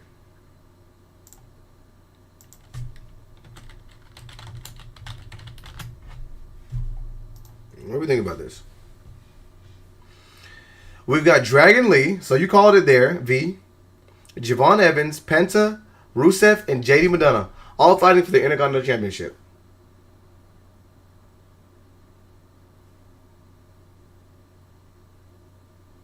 If we exclude Penta, these guys maybe have combined like 3 weeks, 3 or 4 weeks of TV time.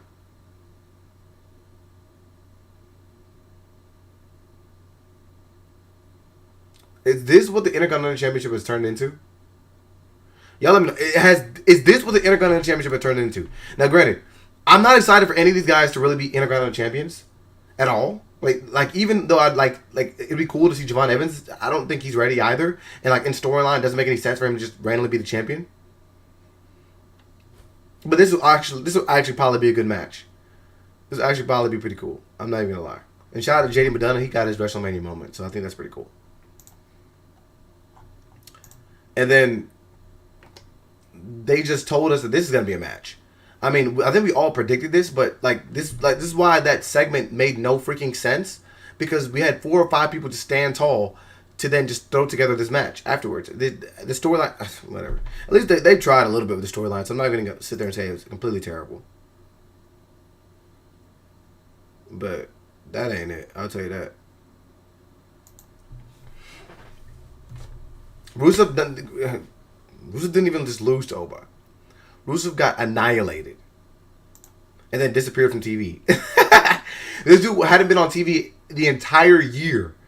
Showed up, fought Oba, and then got decimated. Where are the Roll Raiders? How about we ask about that too? Are the Roll Raiders still on the roster? I think after WrestleMania they're going to do cuts. The Roll Raiders are probably gone. Seriously.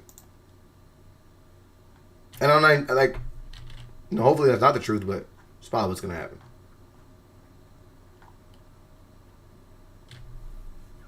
I'm still stuck on the fact that we freaking got...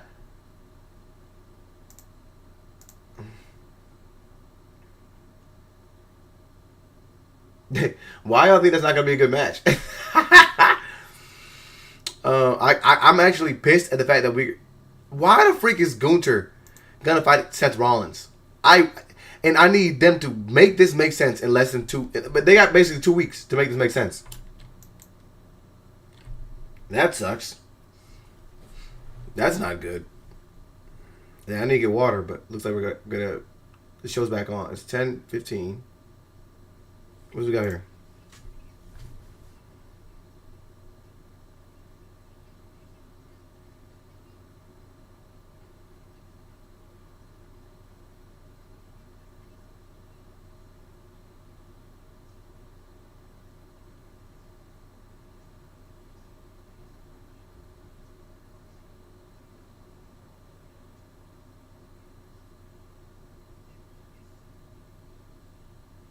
Dude, the crowd is silent.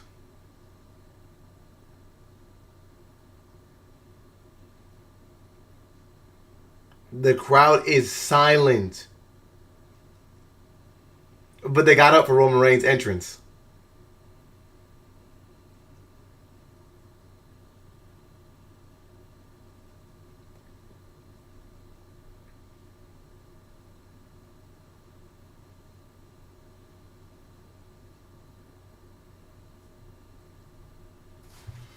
All right, we're gonna have a CM Punk and Roman Reigns promo. Who's gonna win this joint?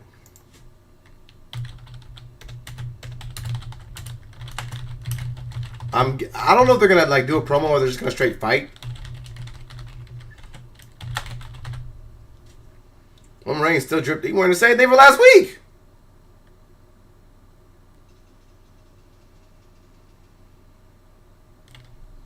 What are you wearing, Roman?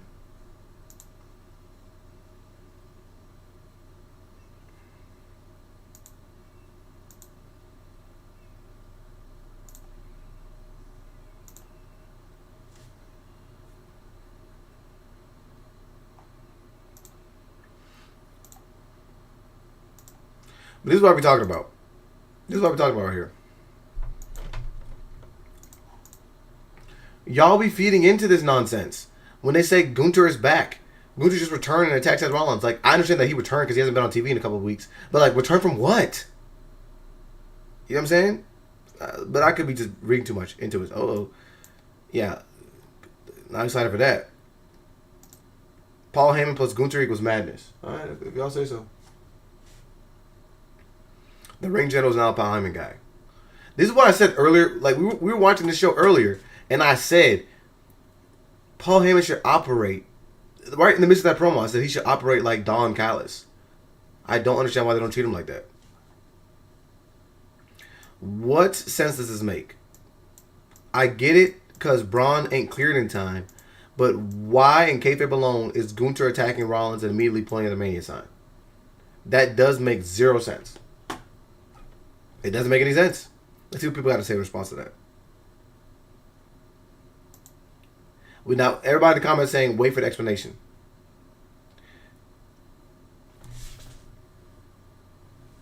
I don't even care.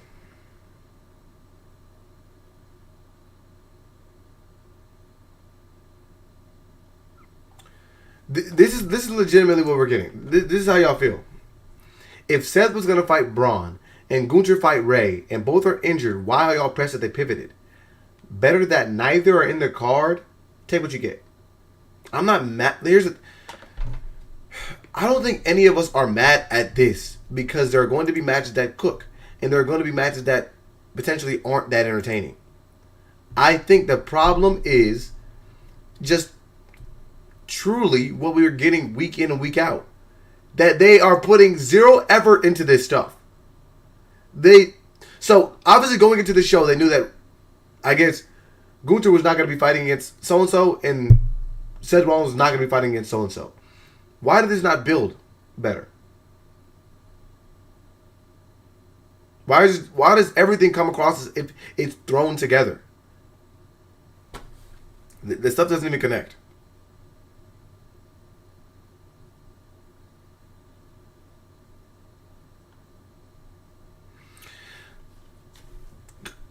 Let's think about this for a second. Like, let's just assume that Gunther was here to retire Seth Rollins. Why? Why? Seth Rollins damn near retired himself.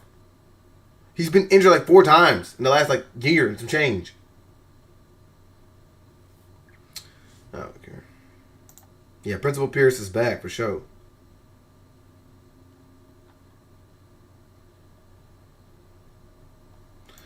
I will say, I agree with JD on this one. Brock versus Ova feels like a bigger main event than the actual main events of WrestleMania. Yet I'm actually more excited to see this than anything else. I don't care about the Cody Rhodes stuff. I don't care about the Roman Reigns stuff. I don't think either one of those matches will be good, nor do I care about what the freak goes on afterwards. But I'm excited to see what this means. And what we could potentially see in the ring between these two guys. There's a lot of meat there. Yeah, MSG was drooling. I would say they did a good job with that segment. I will say. Y'all are stupid. Yeah, I'm actually excited for that. And I think they just did it. It's right there on the golden platter. You don't got to do too much. They don't got to do too much jaw jacking. You know what I'm saying? They did a good job with that. I ain't gonna lie. Roman's gonna start talking. Let me get my water. Oh, freak. My OTC's about to talk. Let me get my water.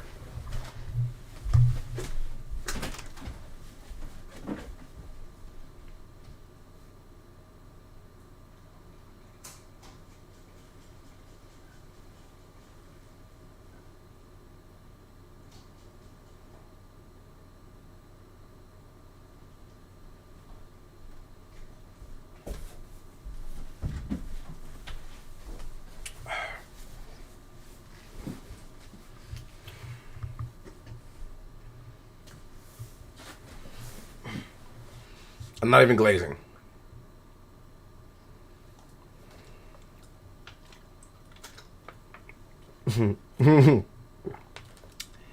Yo, you are stupid. CM Punk, I've got 2 words for you. Yeah, I ain't gonna lie, Josh.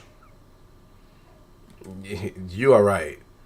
This is like terrible. I don't understand how we got the world champion. Oh, these guys are brawling. These guys are brawling. We're getting the brawl.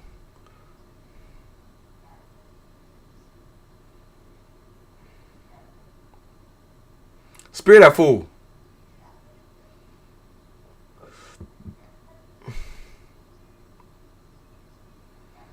Here's the thing I don't like. I don't like that everything ends up in a like in the ring brawl, right?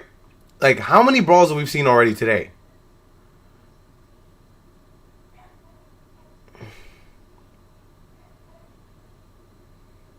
Like they has to be. This is why I get upset. Again, there has to be some type of creativity, right? If these guys hate each other so much that they're willing to lay hands on one another at the mere sight of one another, then why the freak are they just like marauding around backstage without anybody putting hands on one another? Like, why can't we get like a little bit of a mix-up, man? Like, oh right, like I'm saying, I get like this backstage segments, like, but like, come on, bruh. This joint kills me, bro. Like, let Roman attack this fool on the bus. Let like him attack CM Punk at the airport. Like, let's get like a little more creative here, man. Like, what are we getting here? And so I guess the angle here makes 0 sense. Because last time it was about Roman Reigns laughing at CM Punk because he fell victim to... Oh! He speared the heck out of that dude. To falling victim to that provocation from Roman. And then now... Okay, so now CM Punk's going to stand tall because he had to go to sleep. That's it. So this is literally a repeat of last week with 0 words and no follow-up from last week. Because what happened to the Usos? Now, like, let's think about this for a second. Jey Uso was crashing out last week. Why is he allowing this to occur? He just lost his tag titles. Roman Reigns just got humiliated. CM Punk disrespected his family. He just show up right here and beat up CM Punk, right? Right? Right? Because he was crashing out last week. It's just like not even believable that CM Punk will be beating the hell out of Roman Reigns. Like in kayfabe or like in reality. So he's going to do the shield bomb to Roman. Oh my gosh, Roman's head definitely hit that TV. Roman's head definitely hit that screen. So here's what I don't like.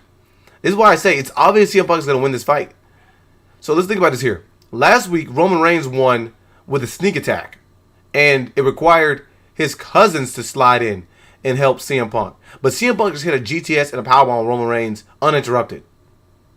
So you're positioning CM Punk as if he doesn't need any type of assist to beat down Roman Reigns. And this is why I don't like the way that they booked Roman Reigns over the last 3-4 years. Even when he held the title, he's just a coward. And like it doesn't make any sense because this dude was introduced as a powerhouse when he got to the WWE. And I'm not mad at the dude for like being like sly and cunning, right? But what sense does it make for this guy to be freaking bigger than everybody and yet he's just getting handled by freaking old man Punk?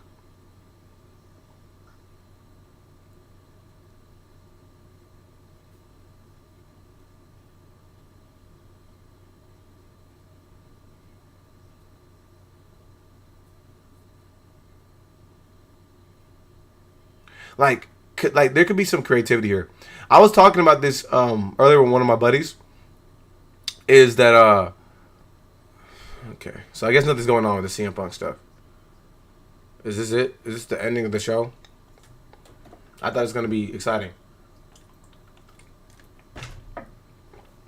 That's it. That's it. We're getting the logos.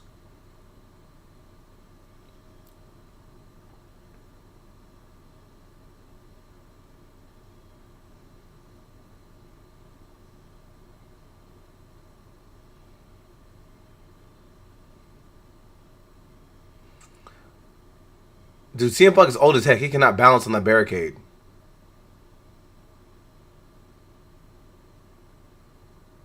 Oh, that was it. Oh, the show just went off. That was it. Oh, no. Guys, but this is what I was talking about. Okay, so who y'all think won that freaking fight? Only you. Well, CM Punk won, I guess. He's just beat down Roman.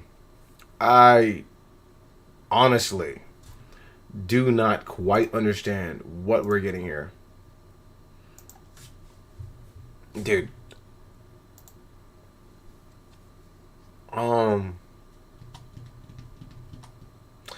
Anyways, what I was going to get to is I think that they've lacked creativity in regards to the way that they book these shows.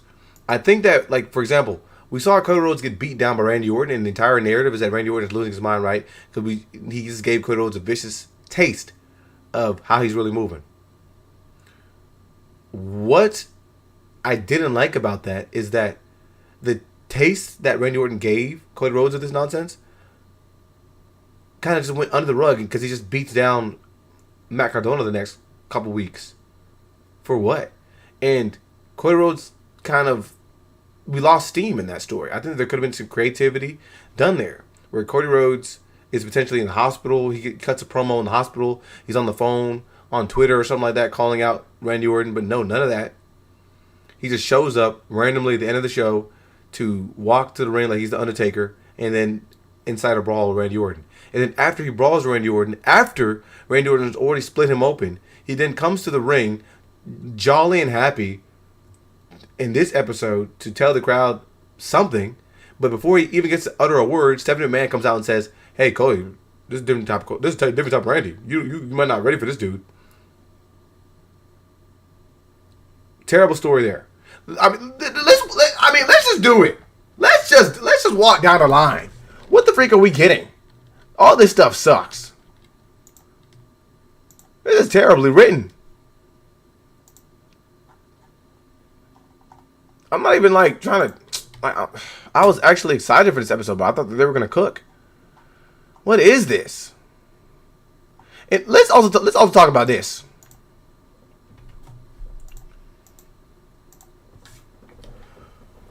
This is why I said this story. Like, nothing here is inconsistent.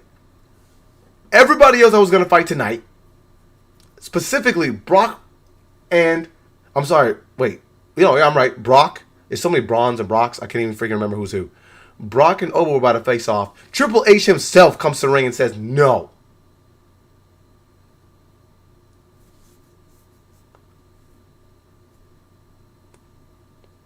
Adam Pearce comes out, says no.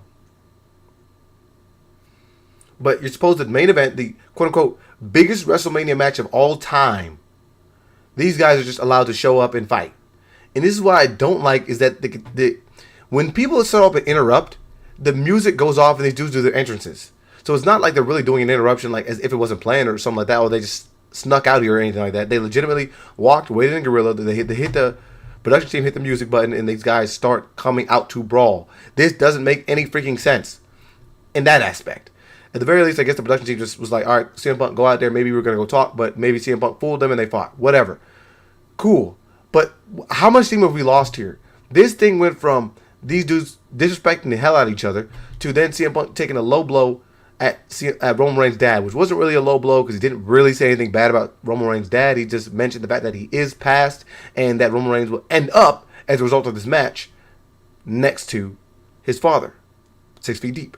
So it wasn't really necessarily a negative thing that he said about CM Punk's dad, but we're going to run with it. This required, or this drew out the Usos, because they said, oh, no, you're talking about my cousin, you're talking about my uncle, this is beef now. Okay, I said, okay, this could potentially be interesting, because now we have the bloodline elements, Jey Uso crashing out, people are talking about him potentially being Tribal Chief V2, so I thought that this could have been a great way to end the show, because instead of these two fighting over, like, nothing, you could have continued the story beats. The same story elements that we've been seeing week in and week out. Jey Uso and Jimmy Uso just lost their tag team championships. What other reason would they have to be even more pissed than not only losing their gold, their cousin got disrespected, their uncle got disrespected, and then coming out and beating up CM Punk. Let's not even forget that CM Punk didn't just disrespect them. He fought them. They fought last week. So why are they okay with CM Punk just marauding around backstage? And again, I would like to say that it doesn't really mean much, but we see CM Punk enter the show at the beginning of the show. So what the hell was CM Punk doing for 2 hours back there? Why did nobody think to step to CM Punk for 2 hours?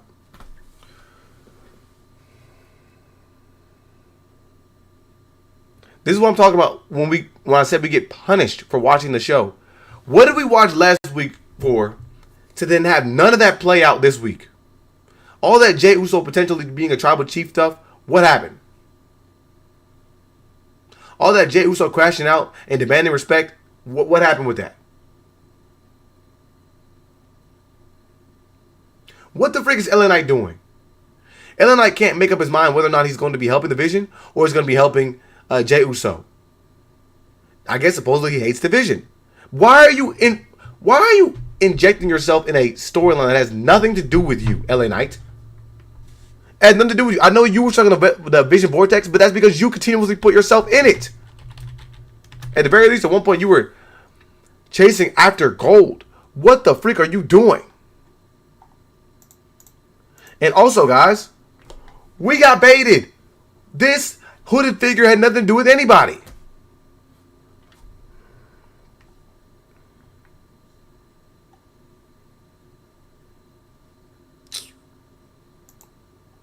I thought Royski was in the building too.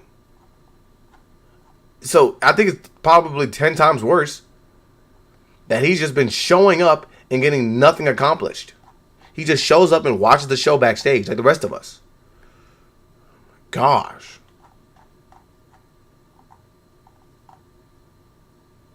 Pissing me off, man. I mean, what the freak, dude? LA Knight can't even freaking stand up on the top ropes. And this dude, why was this dude on commentary in a tag team match? Yes, he's entertaining, but why? Why does LA Knight have his title? Why does he not have his eyes set on the title? Why does he not have his eyes set on potentially garnering himself a WrestleMania opponent? This is again why this doesn't make any sense. Why are guys like Sami Zayn geeked out and freaking out about potentially getting on WrestleMania when nobody else cares? Dragon Lee's on a WrestleMania match. JD McDonough has a WrestleMania match. Javon Evans has a WrestleMania match. Rusev, who has been on TV twice this year, has a WrestleMania match.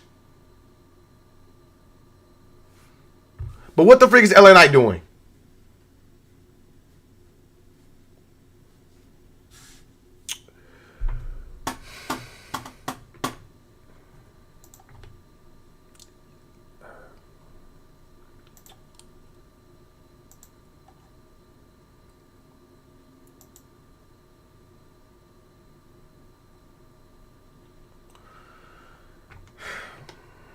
This is what I'm saying.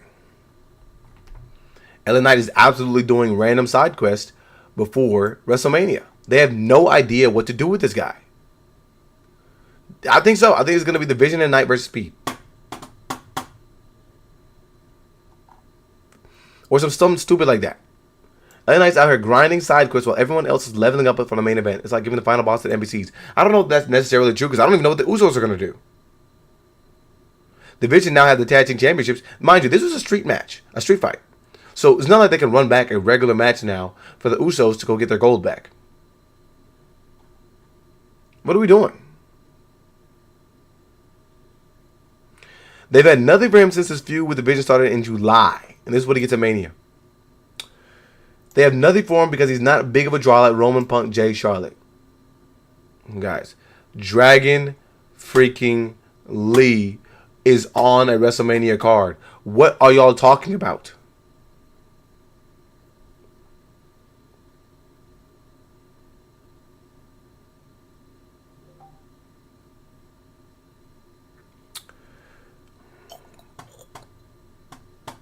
That street fight was trash. I don't understand why the big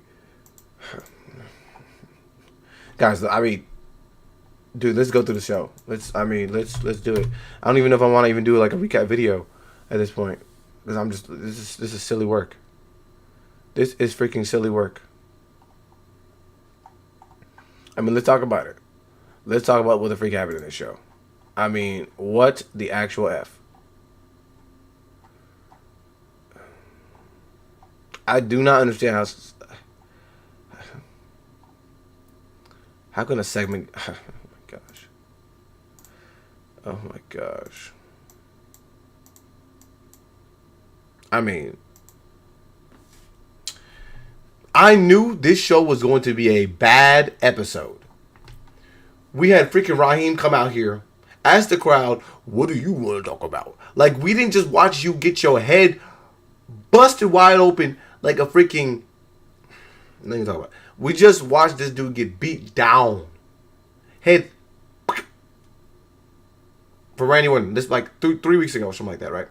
This dude goes MIA on SmackDown, then shows up, walks to the ring like he's the freaking Undertaker or Ric Flair or something like that, and then finally decides to brawl with Randy Orton, and that brawl was terrible. People are calling it one of the worst brawls ever, right? Cool. These guys are supposed to have over 20 years of history. Randy Orton and Cody Rhodes. Remind you of that. This is a feud that people have been waiting to see for years. People have been excited, ecstatic, elated for the potential matchup here. So Cody Rhodes comes and asks us, what do you want to talk about? Why would you ask us that, Cody Rhodes? We want to hear your thoughts on potentially fighting Randy Orton and what this could mean to you. I do not understand how this is the feud. This is the feud with some of the most history here. And truthfully, it's not really much history between the two guys. I mean, if you really had to think about it, like obviously, like I guess in reality, Cody Rhodes has been saying that he rolled Randy Orton and that these guys were learning the ropes together. So Cody Rhodes being introduced to wrestling in I think 2007 on the main roster in WWE is due to Randy Orton. So he was introduced with Randy Orton as a storyline piece under Legacy, and then he fought alongside Randy Orton for years and years and years to eventually becoming his own man. Whatever. There's not much of a story there, like individually between these two guys. I mean, these guys were bad guys together. They did bad things together, and then Randy Orton and Cody Rhodes did fight each other way back when. I mean, Randy Orton legitimately fought Ted DiBiase and Cody Rhodes together, but not Cody Rhodes' level. My connection messed up. Oh, I think I'm back. My bad. I think I'm back. Maybe not.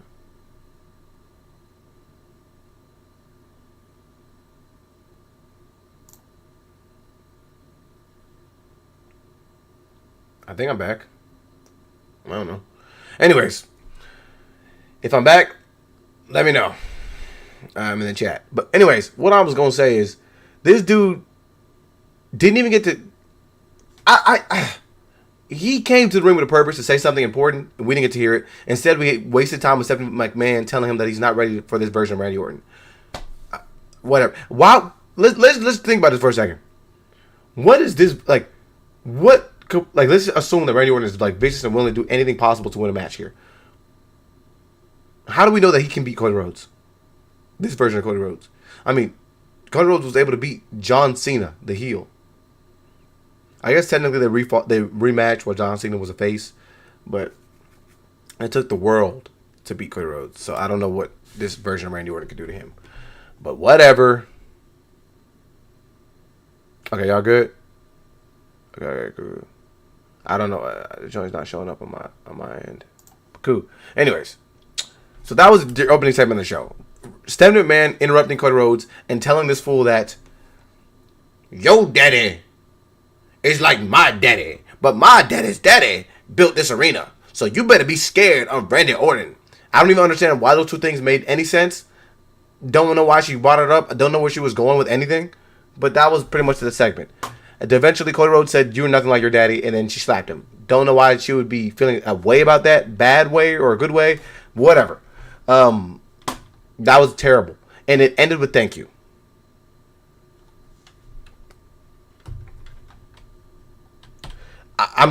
Guys, that was legitimately probably one of the worst segments ever. My mic is off.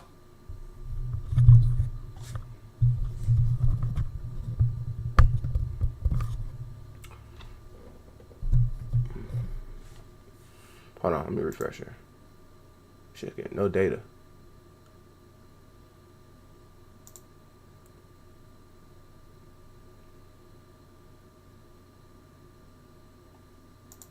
Hold on, chat. So my mic is off. Hold on. Let me go here. I was upset, man. Let me go right back here.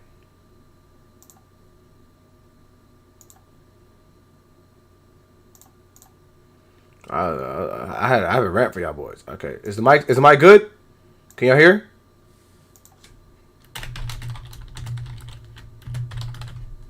Yo, can y'all hear me?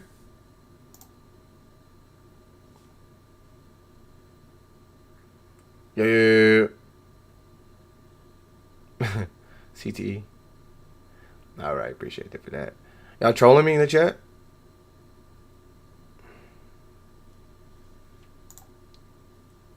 I think you're right. I think you might be right. If you're talking about Cody Rhodes, I think Cody Rhodes might have CTE. I think he's suffered memory loss. But anyways, okay. So boom, we probably I might do a recap video. That was probably the worst introduction that I think I could have seen based on what the freak was going on in this show. Let's think about it for a second. Let's just run it back. Why the freak not? Let's run it back like real quick. You know what I'm saying? This, I don't understand how for years the people have been waiting for Randy Orton and Cody Rhodes to beef, to fight, to battle, and this is exactly what we're getting. I mean, this is silly stuff, man. This is absolutely ridiculous.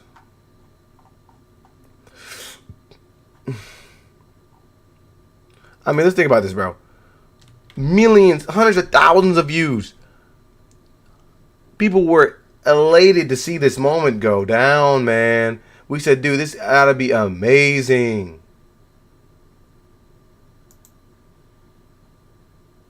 This is going to be big. The build-up for this has been incredible.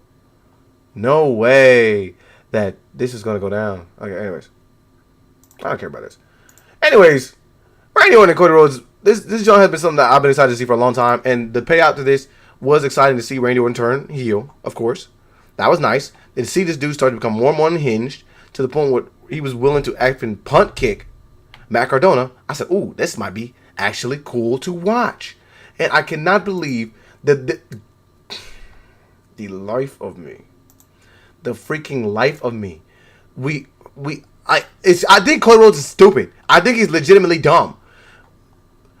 Where is that Cody Rhodes that comes out there and says, enough? Where's that guy? Where's that guy? Where is he? This is the way Cody Rhodes showed up to the ring today. Hey, guys. Hey, what do you guys want to talk about today? What? You just got your head sandwiched in between steel steps and a steel chair by Randy Orton, your man who was supposed to be your man for the last 20 years. The last 20 years, that's your man's, right? Your homie, your homeboy. Your boy kicked you in the nuts, beat you over the head with a chair, and then destroyed you afterwards. Sent your ass to the hospital, sent you packing. You actually had to get off of TV for a couple weeks. Where did Cody Rhodes go? I guess he was in the hospital. I would have loved to see Cody Rhodes do a promo or two online, talk some smack, something like that. We didn't get it. That's okay. Because I said the payoff of this has to be great. What did they do the next week? Guys, remind me what we did the next week. Freaking nothing. We had Randy Orton sitting in the freaking chair talking about how he's going to listen to the voices in his head. And not only did he say he was going to listen to the voices in his head, he freaking reiterated his theme song. He got up there and said, I hear voices in my head. They talk to me. They counsel me. They understand. They talk to me. That's what he freaking did. That was his response to beating down Cody Rhodes. Yep. So not anything like significant, right? Nothing where he was potentially, I don't know, could have been intriguing here where he, I don't know, could have been attacking Adam Pearce, could have been doing something like that. I mean, nothing. And then the next week, we watch him beat down Matt Cardona. Matt Cardona came to the WWE for freaking what? Because he is being getting beat up since he's done nothing. He's hanging out with Apollo Crews. Cody Rhodes then showed up in his libation bus, and then what did he decide to do? Fresh off that Wheatley, fresh with the Cody Rhodes jacket, the Cody Rhodes drip, After getting beaten, bloodied, and battered by Randy Orton, this dude decided to show up to the ring, take 10 years to get to the ring, and these guys did probably the worst pull-apart brawl I've ever seen in history. That was terrible. I'd also like to mention the GMs in the show are just ridiculous. Nobody cares about anything. Okay, who cares? I just can't believe that this is supposed to be something that we built up for a long time, and following that, we got Stephanie freaking McMahon come out there and say, like, why did Stephanie McMahon of all people come out and do this? Because she got kicked in the head by Randy Orton a few years ago? Who cares? Did any of y'all want to see her be one to address Cody Rhodes? If we're going to be breaking the fourth wall and having people come out there and interrupt anybody, why the freaking Triple H come out there and do this? Triple H was the one that was actually fighting against that dude for years. He pushed Triple H to another level. Why is the freaking Stephanie McMahon coming out there talking about the joint? I don't care. Because he punt kicked you? Because he tormented your daddy? Because he tormented your brother? Because he tormented your husband? I don't care. Let somebody who actually fought against that version of Randy Orton come out and talk about it. This would be like John Cena's dad coming out and be like, hey, you're not ready for this dude. Because he got kicked in the head. Stephanie McMahon, you weren't fighting that dude. He was sick and was twisted. I get it. He handcuffed Triple H to the ropes and made out with you. Your unconscious body. But why the freak is she coming out here and being the one to address Cody Rhodes and say that you can't fight him in a wrestling ring? Triple H should be the one that's coming out and said that, right? John Cena should be the one that comes out and says that, right? Those are the dudes that actually fought the dude in the ring. That would make more sense to me if you had to ask. Whatever. If y'all like that segment, that's fine with you. I didn't like it. I thought it was awkward. I thought it was stupid. I would have liked to go have Cody Rhodes say something other than thank you. That was dumb. I didn't want to hear that. And then in the middle of WrestleMania season, we're getting ISO Speed. He's in every segment. Shout out to Speed. I like to see what he's doing in the streaming world. I like to see his Africa tour. That was pretty cool. He gave a lot of people opportunity. What the freak is he doing on the show? And why the freak is he dealing with Danhausen backstage? What the freak is Danhausen going to do? Shoot t-shirts at WrestleMania? I'm not trying to hear that, man. It's pissing me off. And then the show just got stupider and stupider and stupider and stupider and stupider. Because right after that, they have a match for the tag team titles. The Vision and Jey Uso and Jimmy Uso. Jimmy Uso and Jey Uso show up with a new theme song. So the crowd was completely silent. Nobody was hyped to hear this match because they don't know the theme song. The crowd was booing the theme song. And the Usos ran it back with a new theme song. Nobody wants to hear that trash. Whatever. The important thing is this is a tag team title match. It was a street fight. A street fight doesn't really mean much anymore because these guys just pull out tables and chairs and that's it. We had Austin Theory going through a table via suplex, and then we had Logan Paul running to the barricade to get brass knuckles. I don't understand why in a street fight you have to go sneak about and go find yourself brass knuckles. Show up to the ring with the brass knuckles, and the first freaking shot you get to punch somebody in the face, punch them in the face. It's a street fight. Why are you like running off to the side and trying to sneak away and please give me the brass knuckles? I can't win this match without the brass knuckles. Walk into the ring. As soon as they show up to the ring, bang. That should be it. Why are you hiding them? Whatever. And then LA Knight has nothing to do, so this fool shows up here ringside and fights Logan Paul. Why the freak did you decide to fight Logan Paul? What does it matter if Logan Paul cheats or not? And he's not cheating because it's a street fight. So who really cheated here? LA freaking Knight. This makes it a 3-on-2 match with LA Knight, who was not a participant in. He's not a participant in this match. He obviously doesn't get disqualified for attacking Logan Paul. That means this is all legal. Why did he intervene in the street fight? Why did he intervene in the street fight? Is he that cool with the Usos? Wasn't he just backstage arguing with the Usos last week?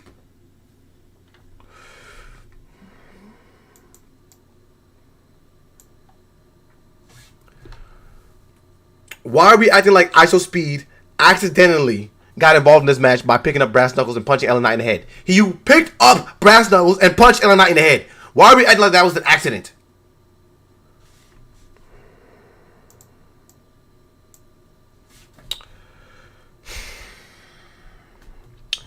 And then why is ISO Speed acting like he got blood on his hands by punching LA Knight in the head? Who, let's be honest here, it was a fair match until LA Knight got intervened. So Speed just evened the odds.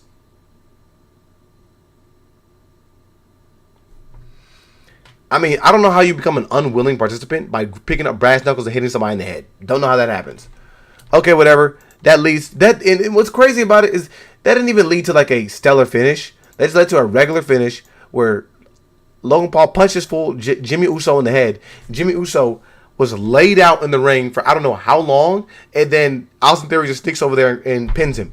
Jey Uso, don't know why he was outside of the ring so long. He did a crossbody and landed on Logan Paul, and yet he was, I guess, just fat and lazy and just unable to slide back into the ring and break out the pin. Austin Theory didn't even do a finishing move. I don't even know.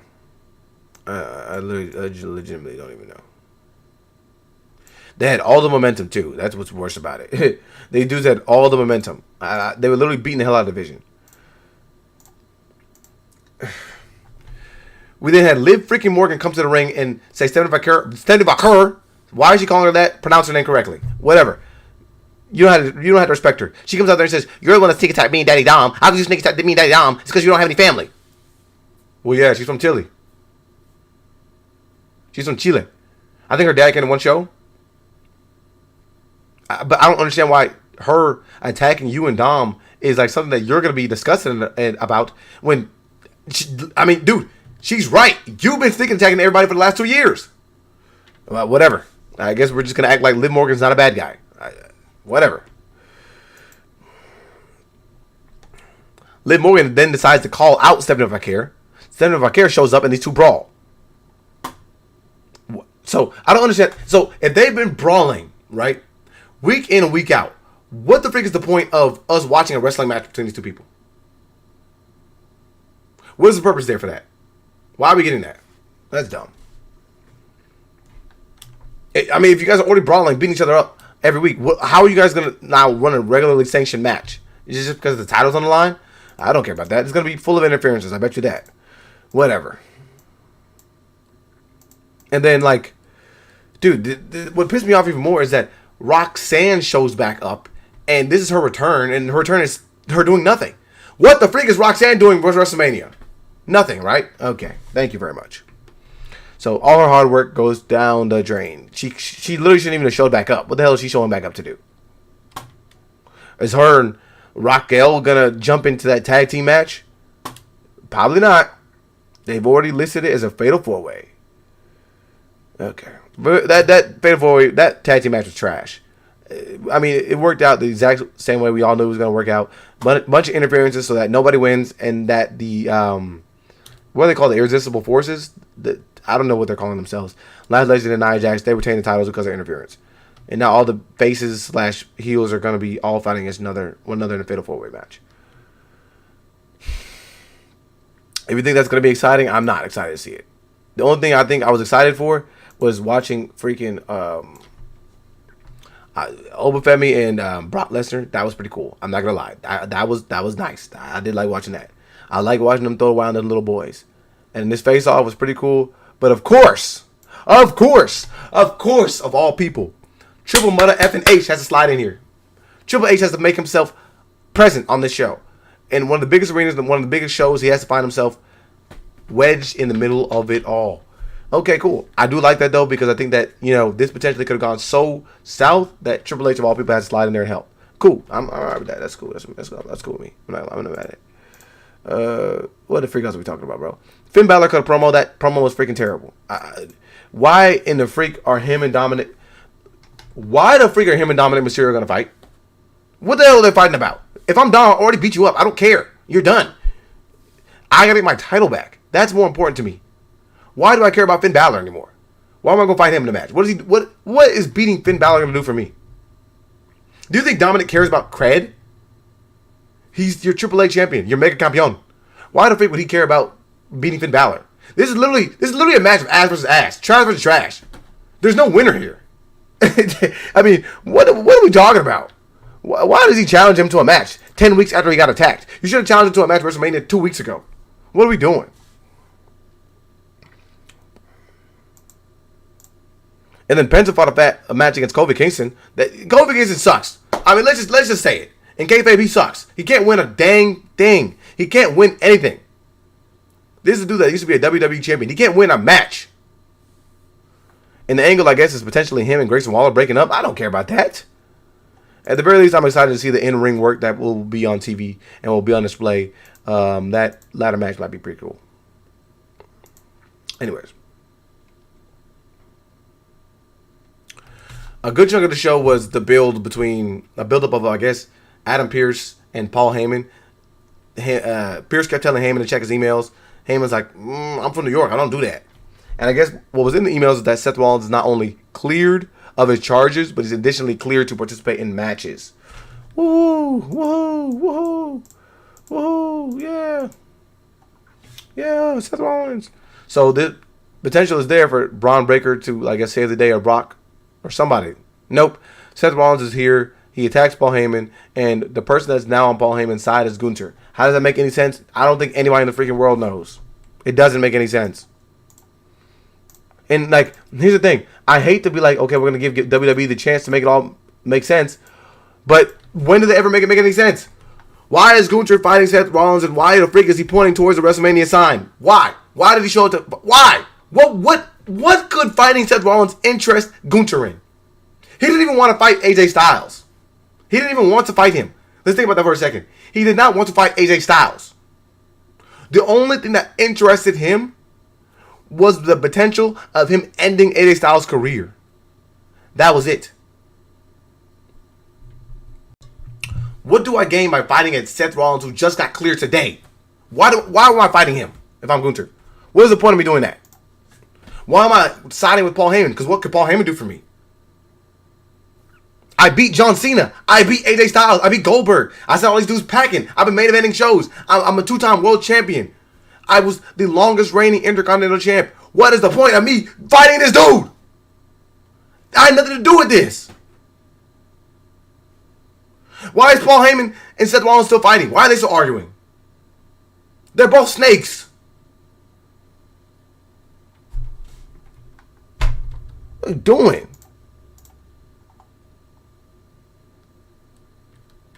Like, Seth Rollins, I mean, you're picking on somebody who can't even defend themselves. What are we doing? Where's Becky Lynch? Where's AJ Lee? Actually, I don't even care. I don't want to see them do that weird, cringe promo stuff they've been doing. That stuff is terrible.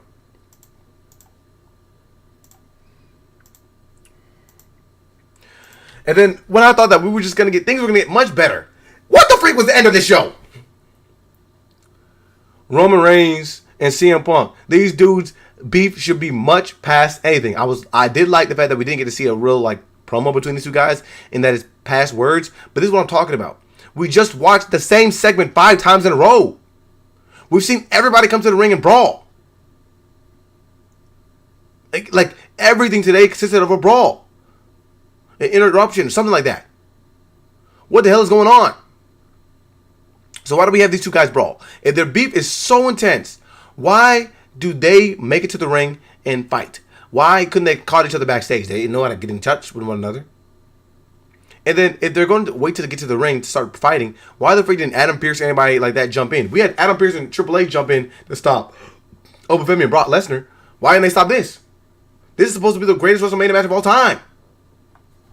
That doesn't make any sense. And then I guess I just don't like the fact that these guys fight, because it just doesn't make any sense to me.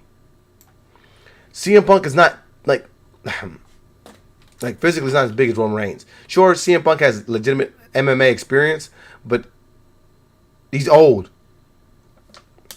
That's what I'm talking about. They present things way differently too with CM Punk, than as opposed to the way that they present them with Roman Reigns. I don't like that. I don't like that CM Punk is just easily able to beat down Roman Reigns. Roman Reigns is spending his time beating up security guards, and then CM Punk just grabs him, puts him on his shoulder, GTS, bang, gotcha. But Roman Reigns needs a 3-on-1 attack to take down CM Punk.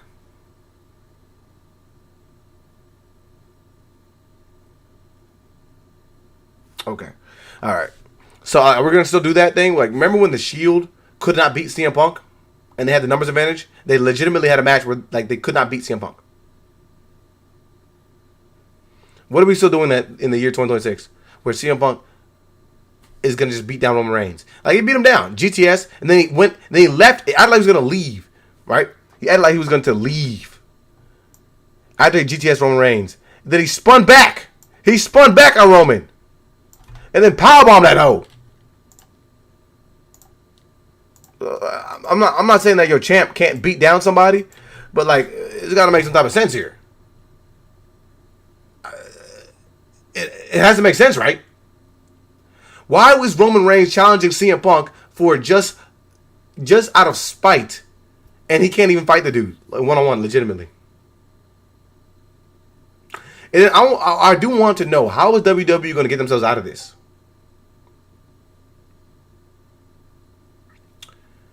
If Roman Reigns loses, now we've had our tribal chief, the guy who had the title for 4 years, he's now going to go 3 years titleless.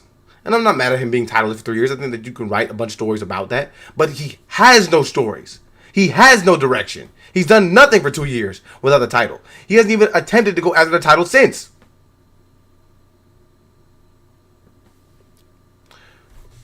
And then who does CM Punk fight after that?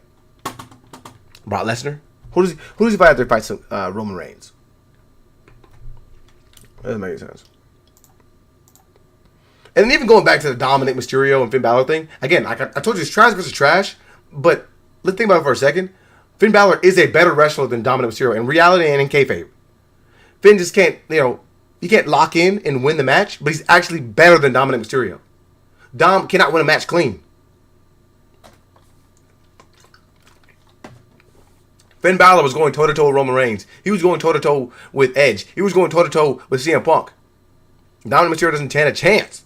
He needed 5 people to intervene in his match against Cena in order to win the championship gold. So why the freak is him and Finn Balor even like... Why? Come on now. That's dumb. And then there was a match that you probably would care about, but I didn't care about. Io Sky versus Raquel. Why should any of us care about that match?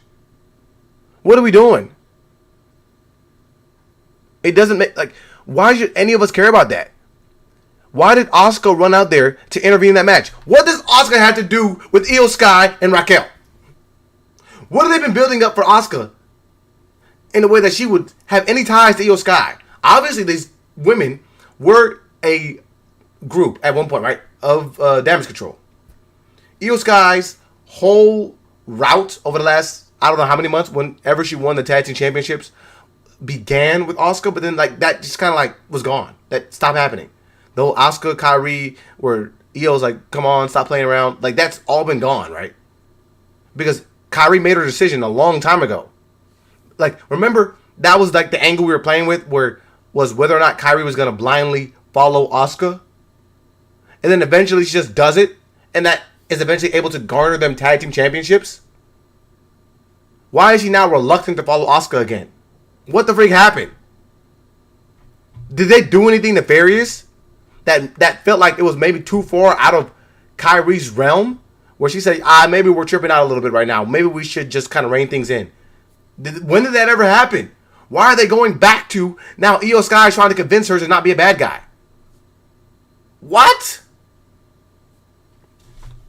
And then, what the hell is Raquel doing? Why did she even agree to fight against Io Sky? What is she doing?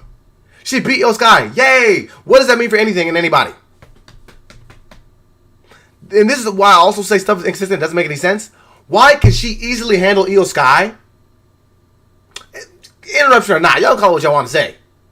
Why can she handle Io Sky, but she can't do anything with 75 Carat? She fought 75 Carat like 3-4 times, had no chance.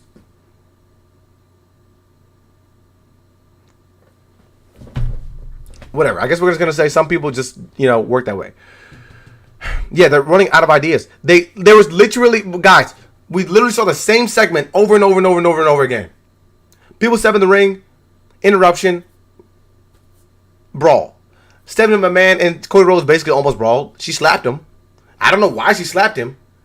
Like the conversation didn't even track where it made any sense. Stephanie McMahon comes out and tells Cody Rhodes that you aren't ready for this version of Randy Orton. Who are you to tell me that? And then she says, my dad built this building. How did your dad build this building? My grandfather did this. Okay, cool. The McMahons have done big things in New York. Cool. But then why did Cody Rhodes tell her that he's not his, Like, I don't even understand in what world are we comparing Stephanie McMahon to Vince McMahon. In what world are we doing that? It's like the whole like authority storyline that was years ago. What are we doing with? Why would any of us compare him to there? And what would him saying that lead to Stephanie McMahon slapping him in the head? And then, out of all things, why the freak does Cody Rhodes tell her thank you? Not even sarcastically. He tells her thank you like, you know what? You might have told me some good stuff. This is all dumb. Everything's dumb. Nothing makes any sense. We're 3 weeks outside of WrestleMania. They were all the same segments. Everybody shows up to the ring. And, like, they cut a promo. Come out to the ring. That was it. That was it. That was it.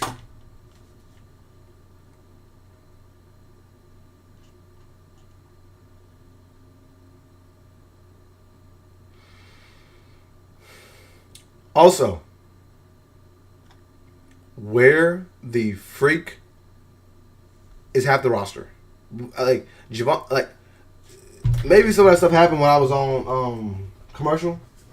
Y'all let me know. Maybe I just missed some of the show because I was on commercial. Where's Javon Evans? Where are all these people? Yeah.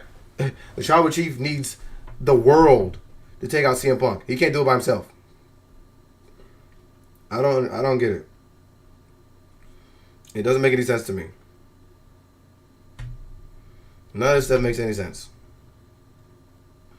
I would like to know what is the freak is LA Knight doing? NXT is coming up with Stand and Deliver this Saturday.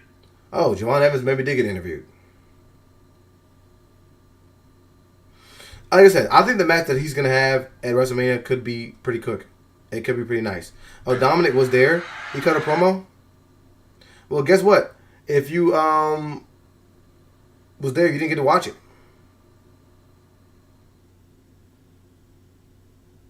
This stuff is trash. What kind of show was that, man? Y'all let me know what y'all think. Y'all know what I'm gonna rate this down. I'm gonna take some time to really think about it and take a look at some of the clips that potentially I missed. Because, dude, watching this live was probably worse than watching this, like, in partial.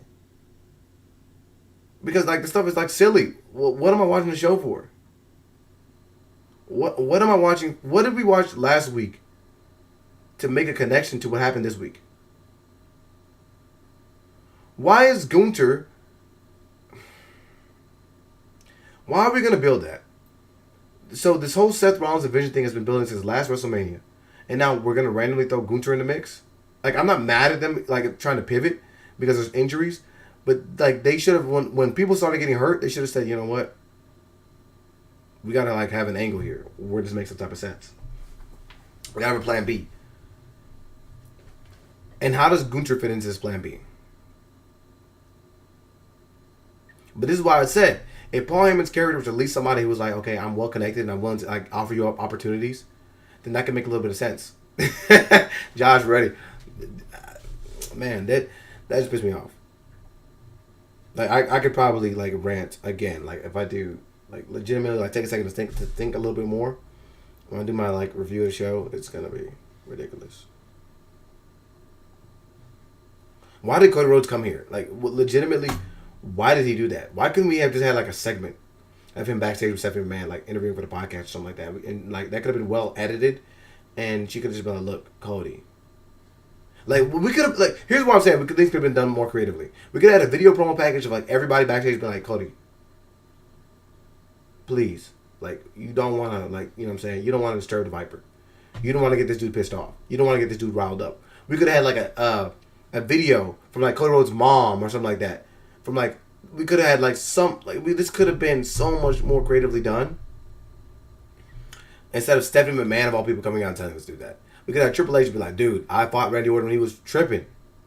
You don't want to fight this dude. This dude will take you to another level. Like, that could have been a little bit more impactful.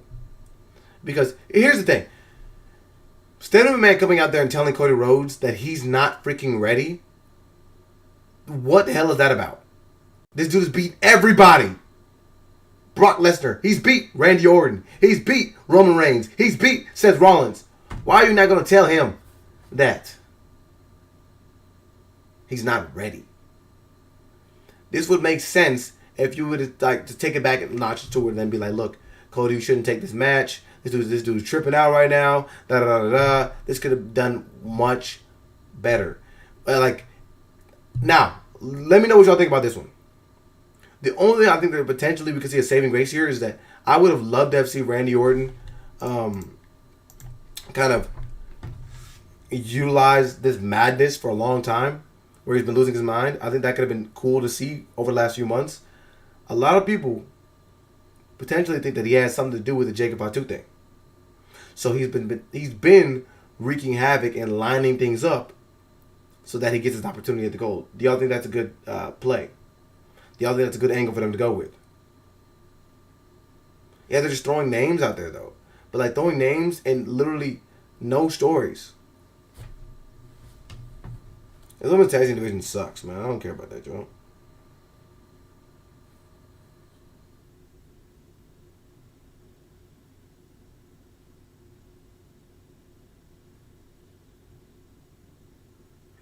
Did anybody cut a legitimate promo today? I don't think so. I think anybody's promo was good. It's not good.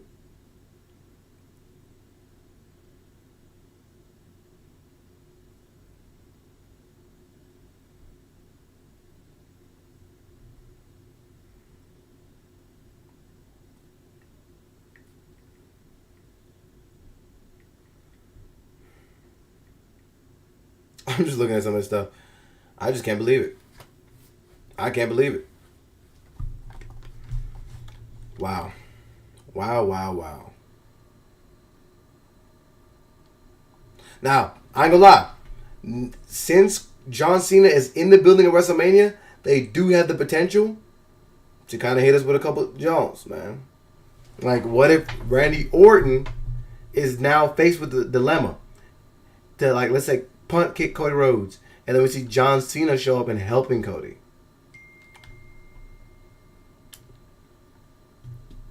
No, that's what I'm saying. They could have, like, been unmasked it, that, you know, that this was Randy Orton, right? But, like, I don't feel like they're going to do that until after WrestleMania.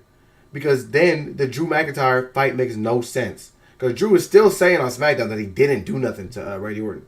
He's still letting us know that he had nothing to do with that attack. Yet, that's Jacob's whole reason for interfering for months. He's the one that caused Drew McIntyre to get the W, and he's the one that caused Drew McIntyre to lose the title. But it doesn't make any sense if they were to let us know that Randy Orton did this prior to WrestleMania. But then it also doesn't make any sense that Jacob Fatu's been attacked. Why? So, like, if this was Randy Orton, though, why would he have attacked? Why would he just randomly blame Drew? That was so weird. I don't know why he did that.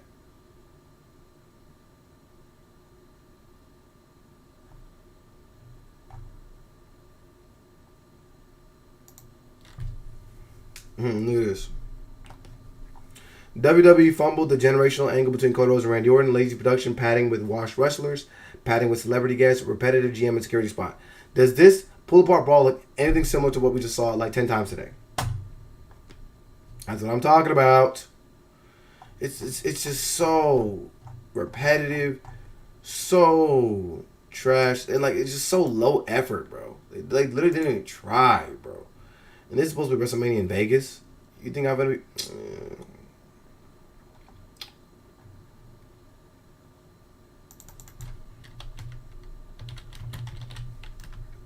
I don't know. I honestly have no idea.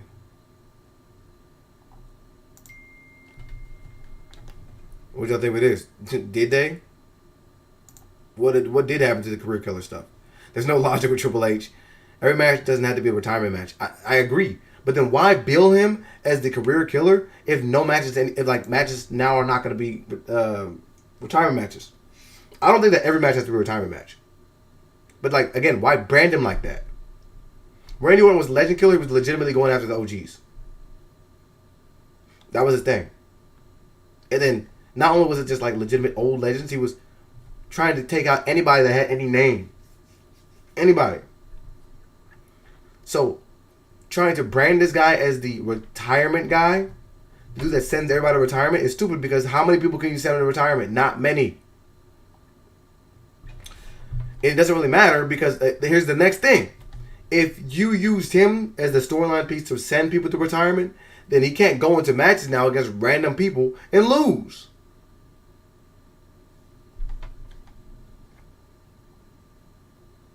Without a solid story. Yeah. Ron Brawl fits all. Yeah. Yeah.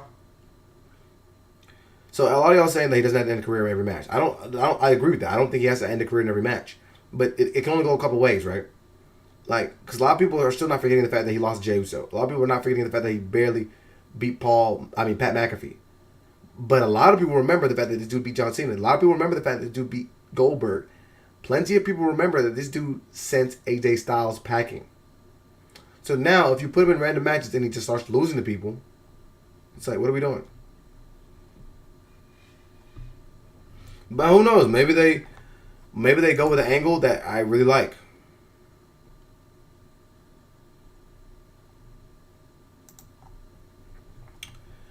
Enough is enough. How many times are we going to see the GM and security breaking up spot? Not only Roman Reigns and CM Punk, but multiple occasions per episode now. Creative department needs a full clear out once WrestleMania is over with. I told y'all. Y'all are completely right. One brawl fits all. We saw the same thing 10 times today. How many people got called out to the ring today? It was all the same stuff. There wasn't even any promos. Nobody even cut a promo. Cody Rhodes didn't cut a promo. Liv Morgan didn't cut a promo. I mean, what was that promo? Seth, if I care, you say that I hide behind my friends, but you're the one that hides behind everybody. You attack me and Daddy Dom. So how about you become a real woman and face me man to man, or woman to woman? And tu madre es una puta. Or she said, tu madre es basura. Which, I mean, it would hit harder if she would have said her mom was a puta. That would have been even crazier. But she didn't say that. So whatever. That was weak, but that was pretty much the only promo we got today. Everything else was just, come out to the ring and let's fight.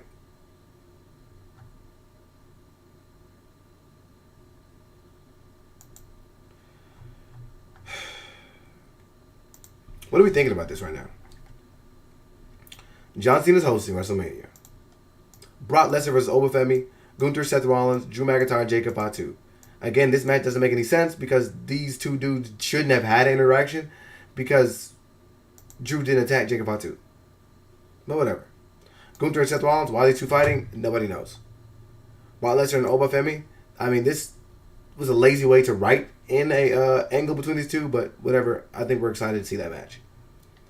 Sami Zayn and Trick Williams, it's lazy that they just randomly threw the belt on Sami Zayn. Because this is like a 2-4 for Trick Williams. Trick Williams was just excited to be on. Here's the thing. This is why I said this stuff is stupid. Trick Williams was just excited to be on the WrestleMania card. He was literally like, yo, I gotta go to Lash. I gotta tell my mama. I gotta tell all these people. Because Nick Aldis was like, you're gonna be at WrestleMania. He didn't even tell him what he was going to be doing at WrestleMania. He just told him, you're gonna be at WrestleMania. So this dude would have been cool being in that ladder match, right? And a tag team match. He would have been cool with that. So what the freak did the United States Championship have to do with anything here? Like, you're just giving a 2-for-1 for Trick Williams. He gets to fight Sami Zayn, and he gets to be potentially U.S. champion, and you give him a WrestleMania match? What a W for him. Why did we force Sami Zayn up here? Don't know. AJ Lee, Becky Lynch for the Intercontinental Championship. Don't want to see that. Liv Morgan and Seth if I care. And that might be a solid match, I ain't gonna lie. Rhea and Jade, I'm done with that already. I'm not gonna lie to you. Cody Rhodes and Randy Orton, I'm about to be done with that. Roman Reigns and CM Punk, I think I'm about done with that shit too. Dragon Lee versus Javon Evans versus Rusev versus Jacob Madonna. This is going to be the best match probably at WrestleMania weekend. Legitimately. Finn Balor, Dominic Mysterio, why are these two fighting? Why are they fighting? Lyra, Valkyria, and Bayley versus the Bella Twins versus the Irresistible Force versus Charlotte Flair and Alexa. Like, here's the thing. I'm saying, like, why are Finn Balor and Dominic Mysterio, why are they fighting?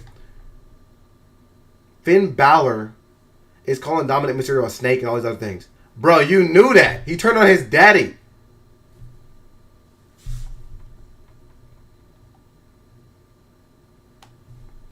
Y'all think we're going to get this? Match versus match of the Guanamacanos. They weren't even on a TV show this week, so whatever.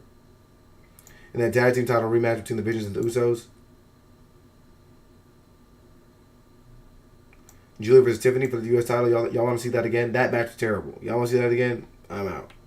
How are they going to cut promos and I'm going to be excited for that? Don't think I will.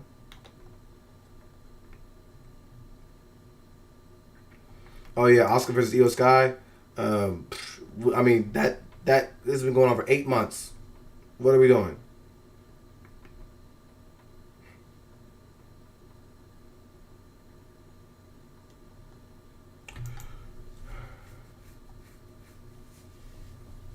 We're looking like we're doing 6 matches a show, bro.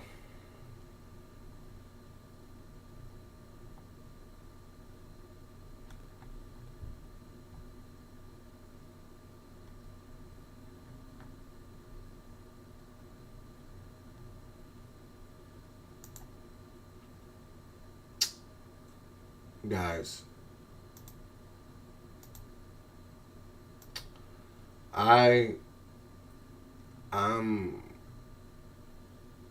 I'm stressed. All I can say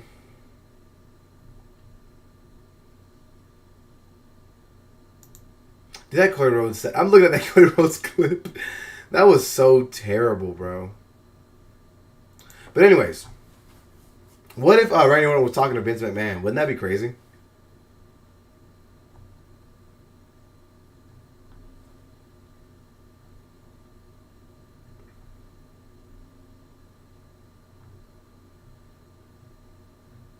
Yeah, I don't know. I'm trying to read some of this stuff. I don't know. It says, look at this. It says, it doesn't have to be over the top like AEW stuff, but WWE's brand of hardcore is the worst stuff.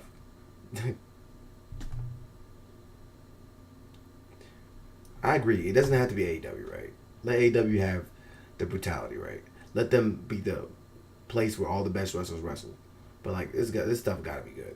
I mean, you got to have a good story or something like that. This can't be this bad. This was billed as a freaking street fight, and we had probably 2 minutes of street-worthy stuff, if that. And a lot of that was like a spot that took maybe 30 seconds for them to set up, which is a superplex onto a table.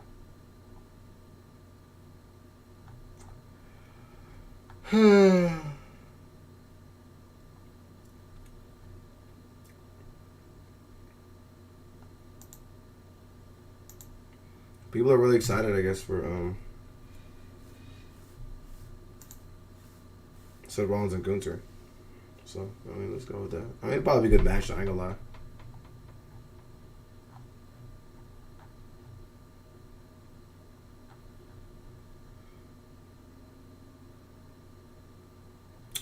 I don't know. Maybe y'all will, maybe y'all like it. Man, I'm about to get my head together, man. I think I might drop a little joint, man. I need to get some water. But, appreciate y'all showing up for the live, bro. We were vibing in here for show.